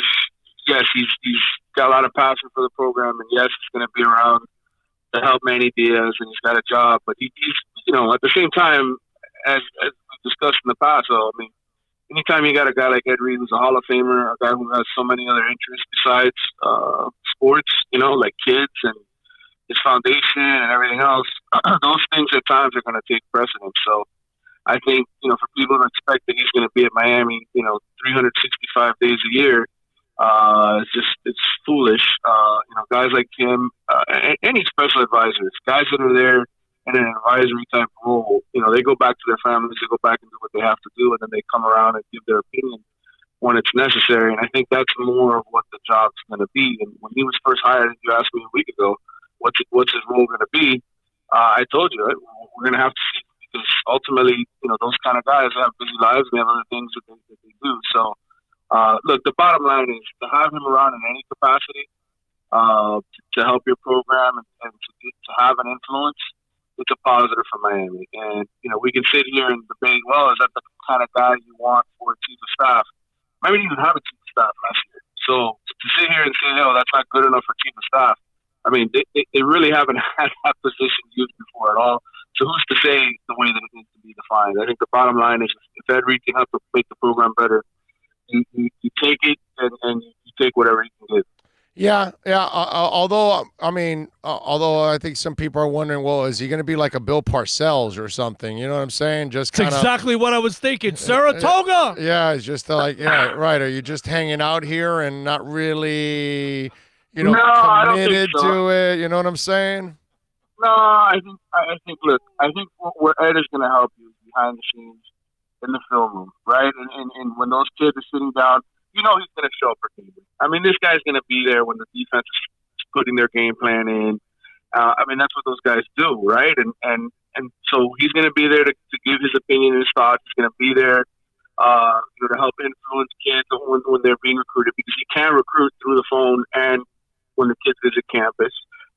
He's going to be there to tell Manny Diaz, weigh in and have his opinion valued whenever there's some sort of big debate that comes up. I mean, look, the bottom line is he doesn't have to be there 365 days a year because that's what the coaches get paid to do. I mean, the athletic director isn't going into the football office every single day. He's dealing with problems on other fronts as well in other sports. So, I mean, to me, look, the bottom line is the head coach and the assistant coaches, his staff, those are the guys who really run the program. Ed's going to be in an influential analyst type role, and to me, anything you get out of him is great, in my opinion. It's a bonus. Recruiting wise, what's the latest, Manny? Well, the class of 2021 was so long from now. I know everybody gets all excited, like, oh man, we let's see who they get in 2021. Dude, none of these guys are going to sign until the third week of December. I mean, we've got a long, long time from now until then. And if you go back and you just look at history and what happened, I mean, the perfect example is just Avante Williams. He was committed to Miami years ago. I mean, he loved Miami, right? In the beginning, he was committed, I think, as a 9th or 10th grader. Decommitted, went to Oregon. Then at the last minute, literally at the last minute, when everybody thinks he's going to Florida, he comes back to Miami. So to me, it's like it's a perfect example of why you can't live and die on these kids' words every single day, because they're going to flip their minds 1,000 times. They're going to visit this school and they're going to fall in love with that school, and then they're going to commit to that school, and then they're going to decommit from that. I mean, this whole process of recruiting, you can drive yourself crazy if you follow it on a day-to-day basis, because it's a drama. It's high school drama, and in the end, what's going to matter most for Manny Diaz is what they do this season. If they come out and they have a great year and D'Eriq King lights it up, I mean, it doesn't matter who these other kids are committed to right now. If Miami becomes the hot ticket again, it's going to be just like it was under Mark Richt a few years ago when they were 10-0 and number 2 in the country. I mean, they had a top 10 recruiting class that year because everybody believed the program was headed in the right direction. Whereas the opposite happened the last couple of years, right? Where everybody's like, okay, they're going to be good. They're going to turn this around. And then they go out there and they stink it up in the recruiting class. You're like, And Manny, in the end, was able to save this last recruiting class in 2020. I think in large part because he had some kids who really believed in him and really wanted to be, quote unquote, part of the change.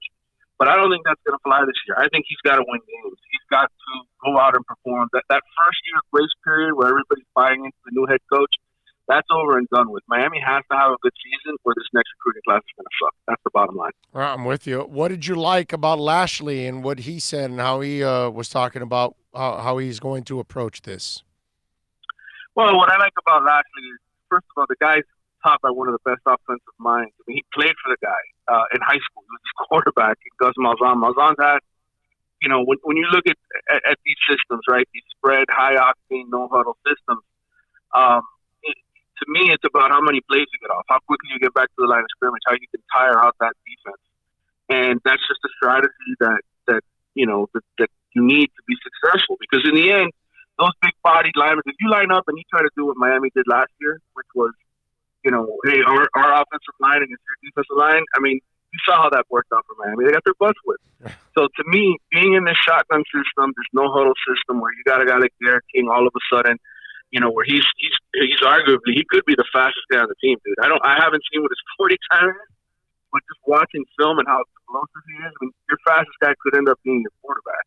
And to have that all of a sudden be part of your offense, part of your threat system, where, he's going to be running, RPO and taking off and running or firing about 50 yards down the field.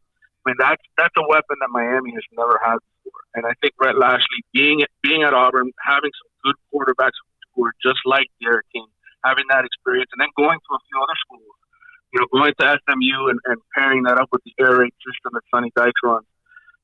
It's going to be interesting. I mean, to me, this next season, I mean, Rhett Lashley could be here just for 1 year, where this offense blows up with D'Eriq King, and all of a sudden this guy's got a head coaching job somewhere because of it. So it'll be interesting. I think he's a good coach. I think he's a smart coach.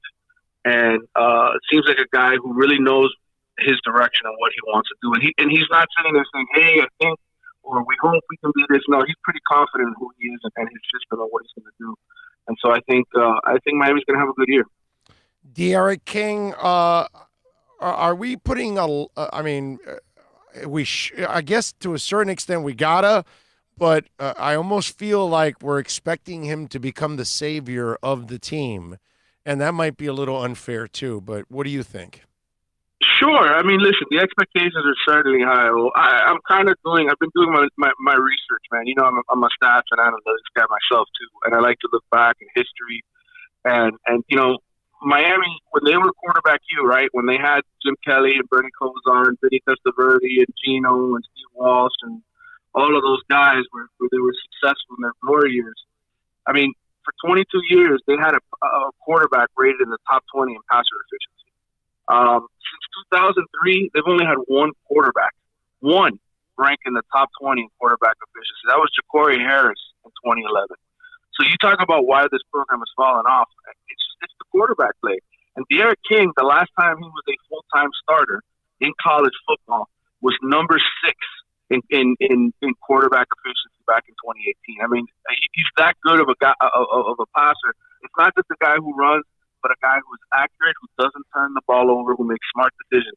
Yes, it's going to be a tougher schedule than what he faced at Houston. There's no doubt. When you're a Group of 5 school, the level of talent that you go against, I know ACC gets knocked all the time. A lot of these guys in the ACC still get drafted and end up in the NFL. That isn't necessarily the case in the AAC. He doesn't see as much talent collectively week to week. That said, to me, he's still a guy, when you look at his numbers and what he does, he's decision-making. He's a very good decision-maker. He doesn't put the ball in windows where it doesn't have to go. Because I think a lot of times he figures I can just take off and run and get 5, 6, 7 yards and make a positive play out of this. I don't need to throw it every single time. And, you know, that's a big difference from what you had last year with Jaron Williams, where a lot of times, you know, the offensive line's falling apart. They can't protect him. And the guy couldn't evade anybody. You know, and N'Kosi Perry was better at it than he was, at escaping the pocket when things broke down. This kid is 20 times faster than N'Kosi Perry. You know, D'Eriq King is very much kind of like a Kyler Murray type quarterback. Kyler Murray obviously did some special things at Oklahoma. But to me, it's not unfair to think that D'Eriq King should be a top 20 quarterback when it comes to efficiency and playmaking ability. He is the real deal, and there's people across college football who think he's going to have a really good year this year. Yeah, well, I mean, it looks like he's got all the goods in order to be that guy. I just kind of feel bad for him to a certain extent because it's very Russell Wilson-like. That, you know, he leaves NC State and then goes to Wisconsin, and obviously they went to the Rose Bowl, which was great.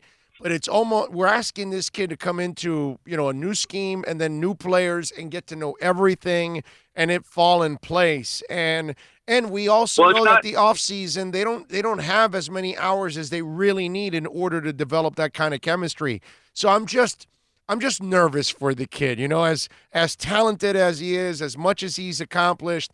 I hate that we're putting the weight of the world on him. You know what I'm saying? Well, it's fair. I understand. I mean, nobody should ever have that much pressure on him. But I will say this: you said new scheme. It really isn't. It really isn't. And I think that's a big reason why he's here, because he basically sat down with Lashley and asked him, you know, what am I going to be running? And Lashley told him it's exactly what you were doing in Houston. You know, in 2018, that we're going to run that same type of offense, that same type of scheme. We're going to expect the same things from you in terms of decision making and what you do, when to take off and run, etc.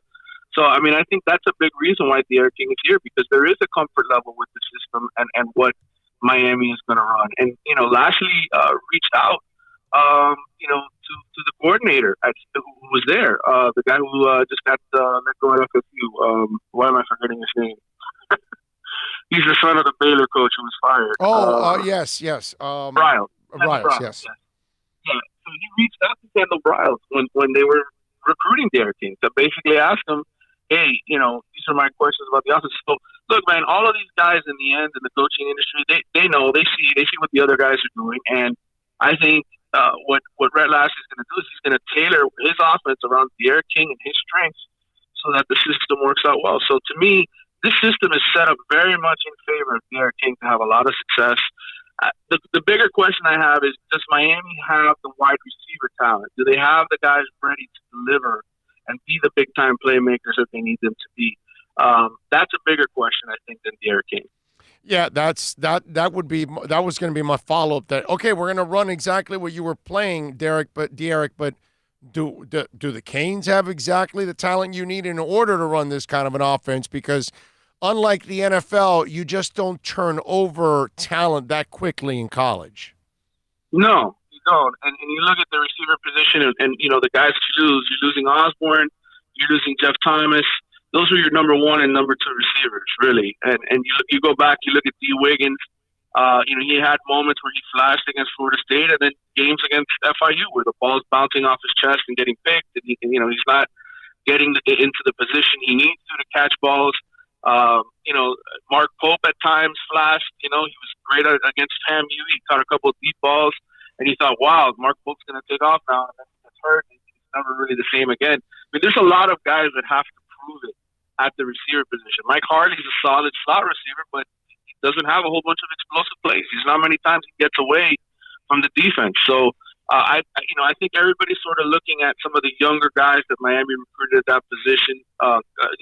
Peyton, the kid that they recruited last year, was the number 1 recruit in the 2019 class. He's a guy that I've heard a lot of teammates, say, look, he was absolutely blowing up on the scout team. He was tough to cover for our number 1 and number 2 corners on this team last year. And I think there's a lot of high expectations for him as well as the freshmen that they recruited. So, look, somebody's going to emerge. I think D'Eriq King, what he does is he buys time for these receivers to get open because he will be scrambling. We know that's what the gift is now, right, in the NFL. When you look at Lamar Jackson and, Kyler Murray, I mean, those guys, their gift is when things break down, they buy time and they find receivers open downfield. I think Miami's got guys that can do that. What I want to see more out of Miami's receivers is physicality and being able to get off the line of scrimmage, get open, create a space where you don't need your quarterback to do that. But we'll see. We'll see how this new offensive staff teaches these guys and what they teach them, and if they get better. Because there's no doubt they have to get better. There's not enough coming back in terms of experience that you feel good about. Yeah, one thing, Manny, that I got to disagree with you, and I think we got to adjust here. We can't call Jeff Thomas a loss. Well, no. You're somebody that is when you're unreliable, you're not missed whatsoever. Jeff Thomas was just a body taking up a scholarship. He's not a loss. KJ Osborne, that's a loss. Wiggins is gone too. You said, right? Is it Wiggins? No, Wiggins is back. We see he would be a loss. You know what I'm saying? Jeff Thomas is a blessing that he's gone. Seriously, I mean, seriously. Well, you certainly needed some guys out of here for what Manny talks about culture and all that. No doubt. Yes, and I think Manny himself probably regretted, he was probably between his teeth, cringing his teeth, going, "Oh, why did I call this guy back? He must have regretted going through the hassle of bringing Jeff Thomas back. He never got anything out of Jeff Thomas that he really wanted. None of us saw what we really should have seen from Jeff Thomas. That's why I was laughing the other day when I saw his tweet about, going to the NFL and can't wait. And then I was like, kid, you don't have the work ethic to be in the NFL. You're not going to last 5 minutes in the NFL if you're the same Jeff Thomas that was in Coral Gables. You're right. He's got a lot to prove. And, it's funny.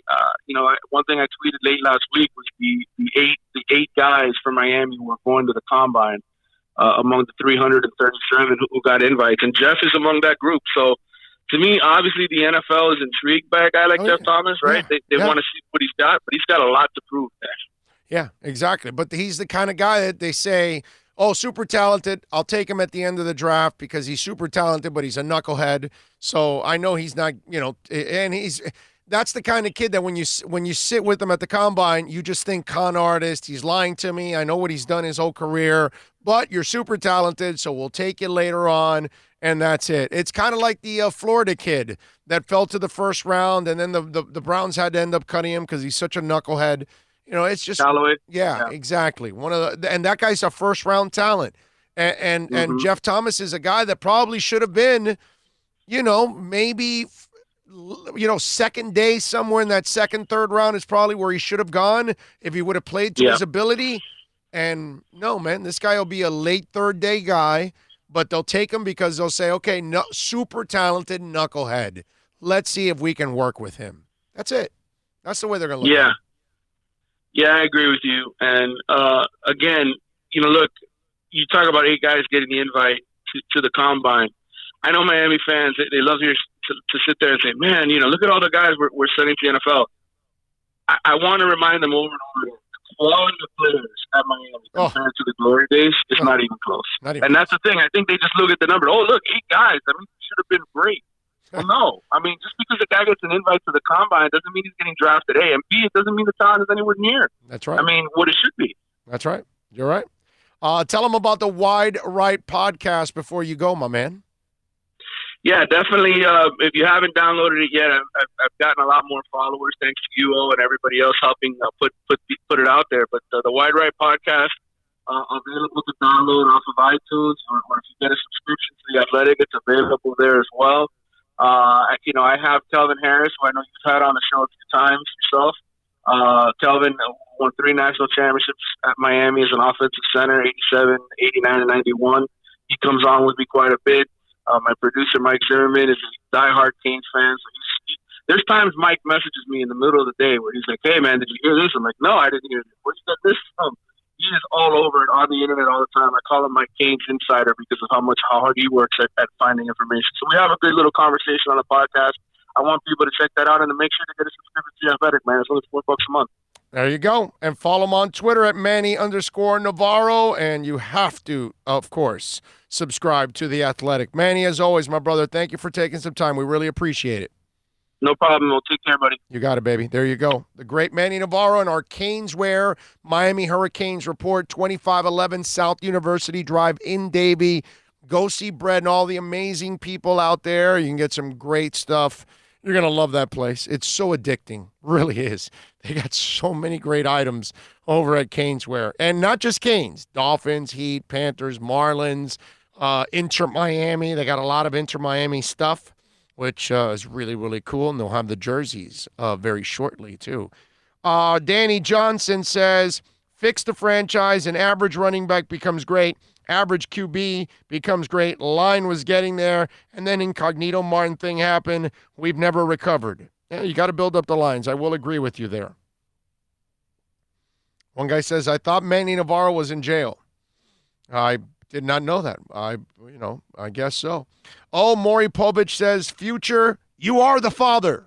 I like it. I like it.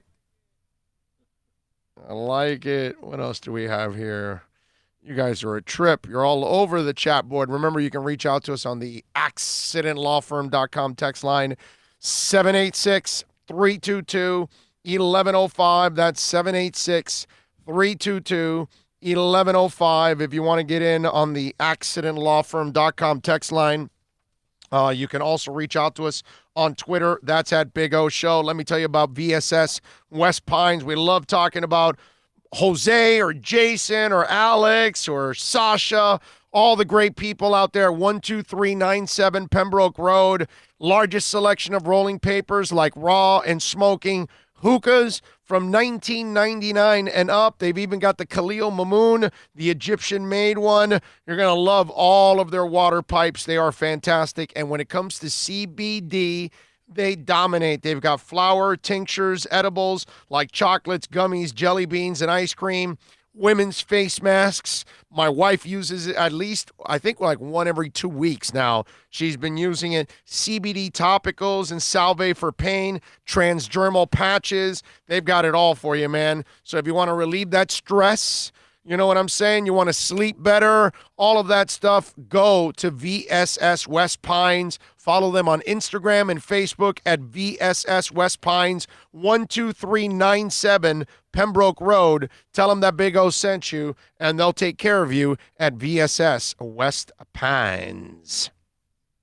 Look, he's really been working at this for the last 2 days. Was he 100% no? But, by the way, meant to everybody eliminate in the locker room that he was Spo there. Thank you. No more Spo. At the bottom of the hour here, David Dwork is going to join us from Channel 10.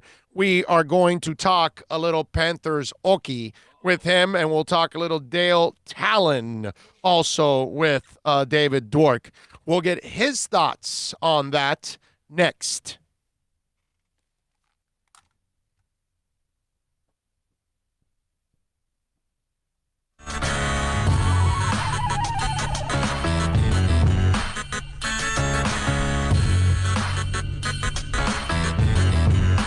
This is the Big O Show. This is the Big O Show. This is the Big O Show.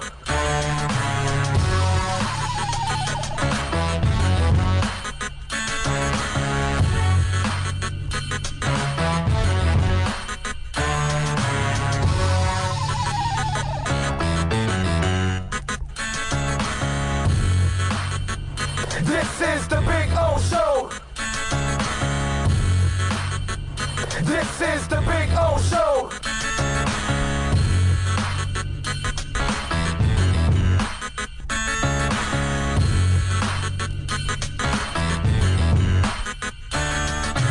Plus tax, tech title. It includes $8.99 dealer fee on approved credit offers and 11/10/19. Over 1,500 Toyotas are on the ground, and truckloads of new 2020 Toyotas just keep on coming.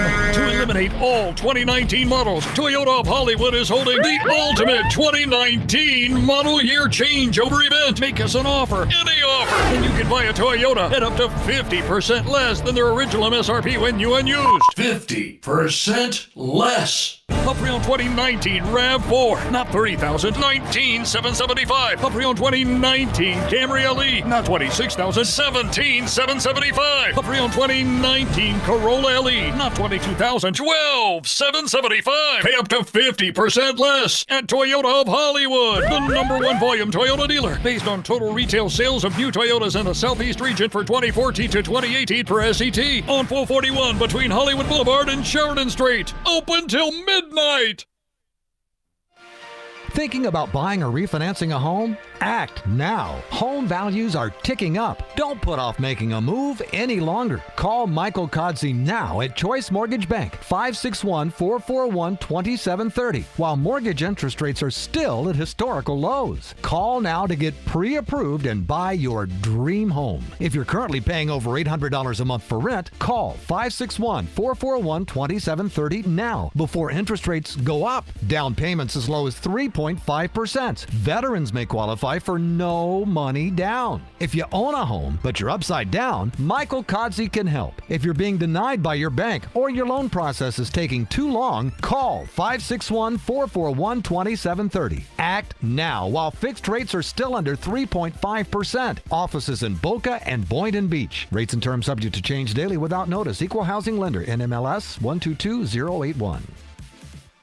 No one expects to get into a crash, but I expect you to go to accidentlawfirm.com if you do. Make sure when hiring a driver, you go through a rideshare app so that you can be covered by the insurance, which can be up to $1 million whether you're a passenger or a driver. In other words, don't try to save a few bucks by paying cash instead of going through the app. I'm attorney Bobby Nunez from Nunez Law in Miami, and we're here to help you through the process. Go to accidentlawfirm.com for a free consultation from me, Bobby Nunez. That's accidentlawfirm.com. America's safest and best-selling compact luxury SUV is at Acura of Pembroke Pines, and this is how we do it. RDX, $339 a month at Acura of Pembroke Pines, the #1 volume Acura dealer. The world's biggest band is coming twice. Metallica. Headlining the Welcome to Rockville Music Festival. 2 different nights, 2 different sets. The weekend of May 8th through the 10th. Go to welcometorockvillefestival.com for all information. Get your tickets on sale right now. The one, the only Metallica. Go to welcometorockvillefestival.com.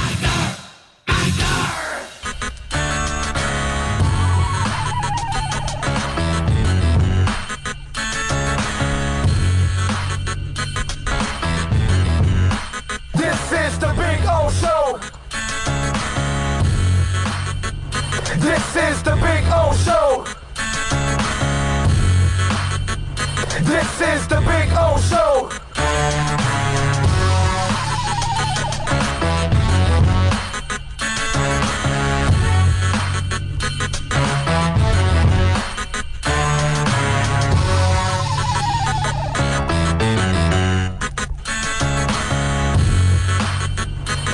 This is the Big O Show. This is the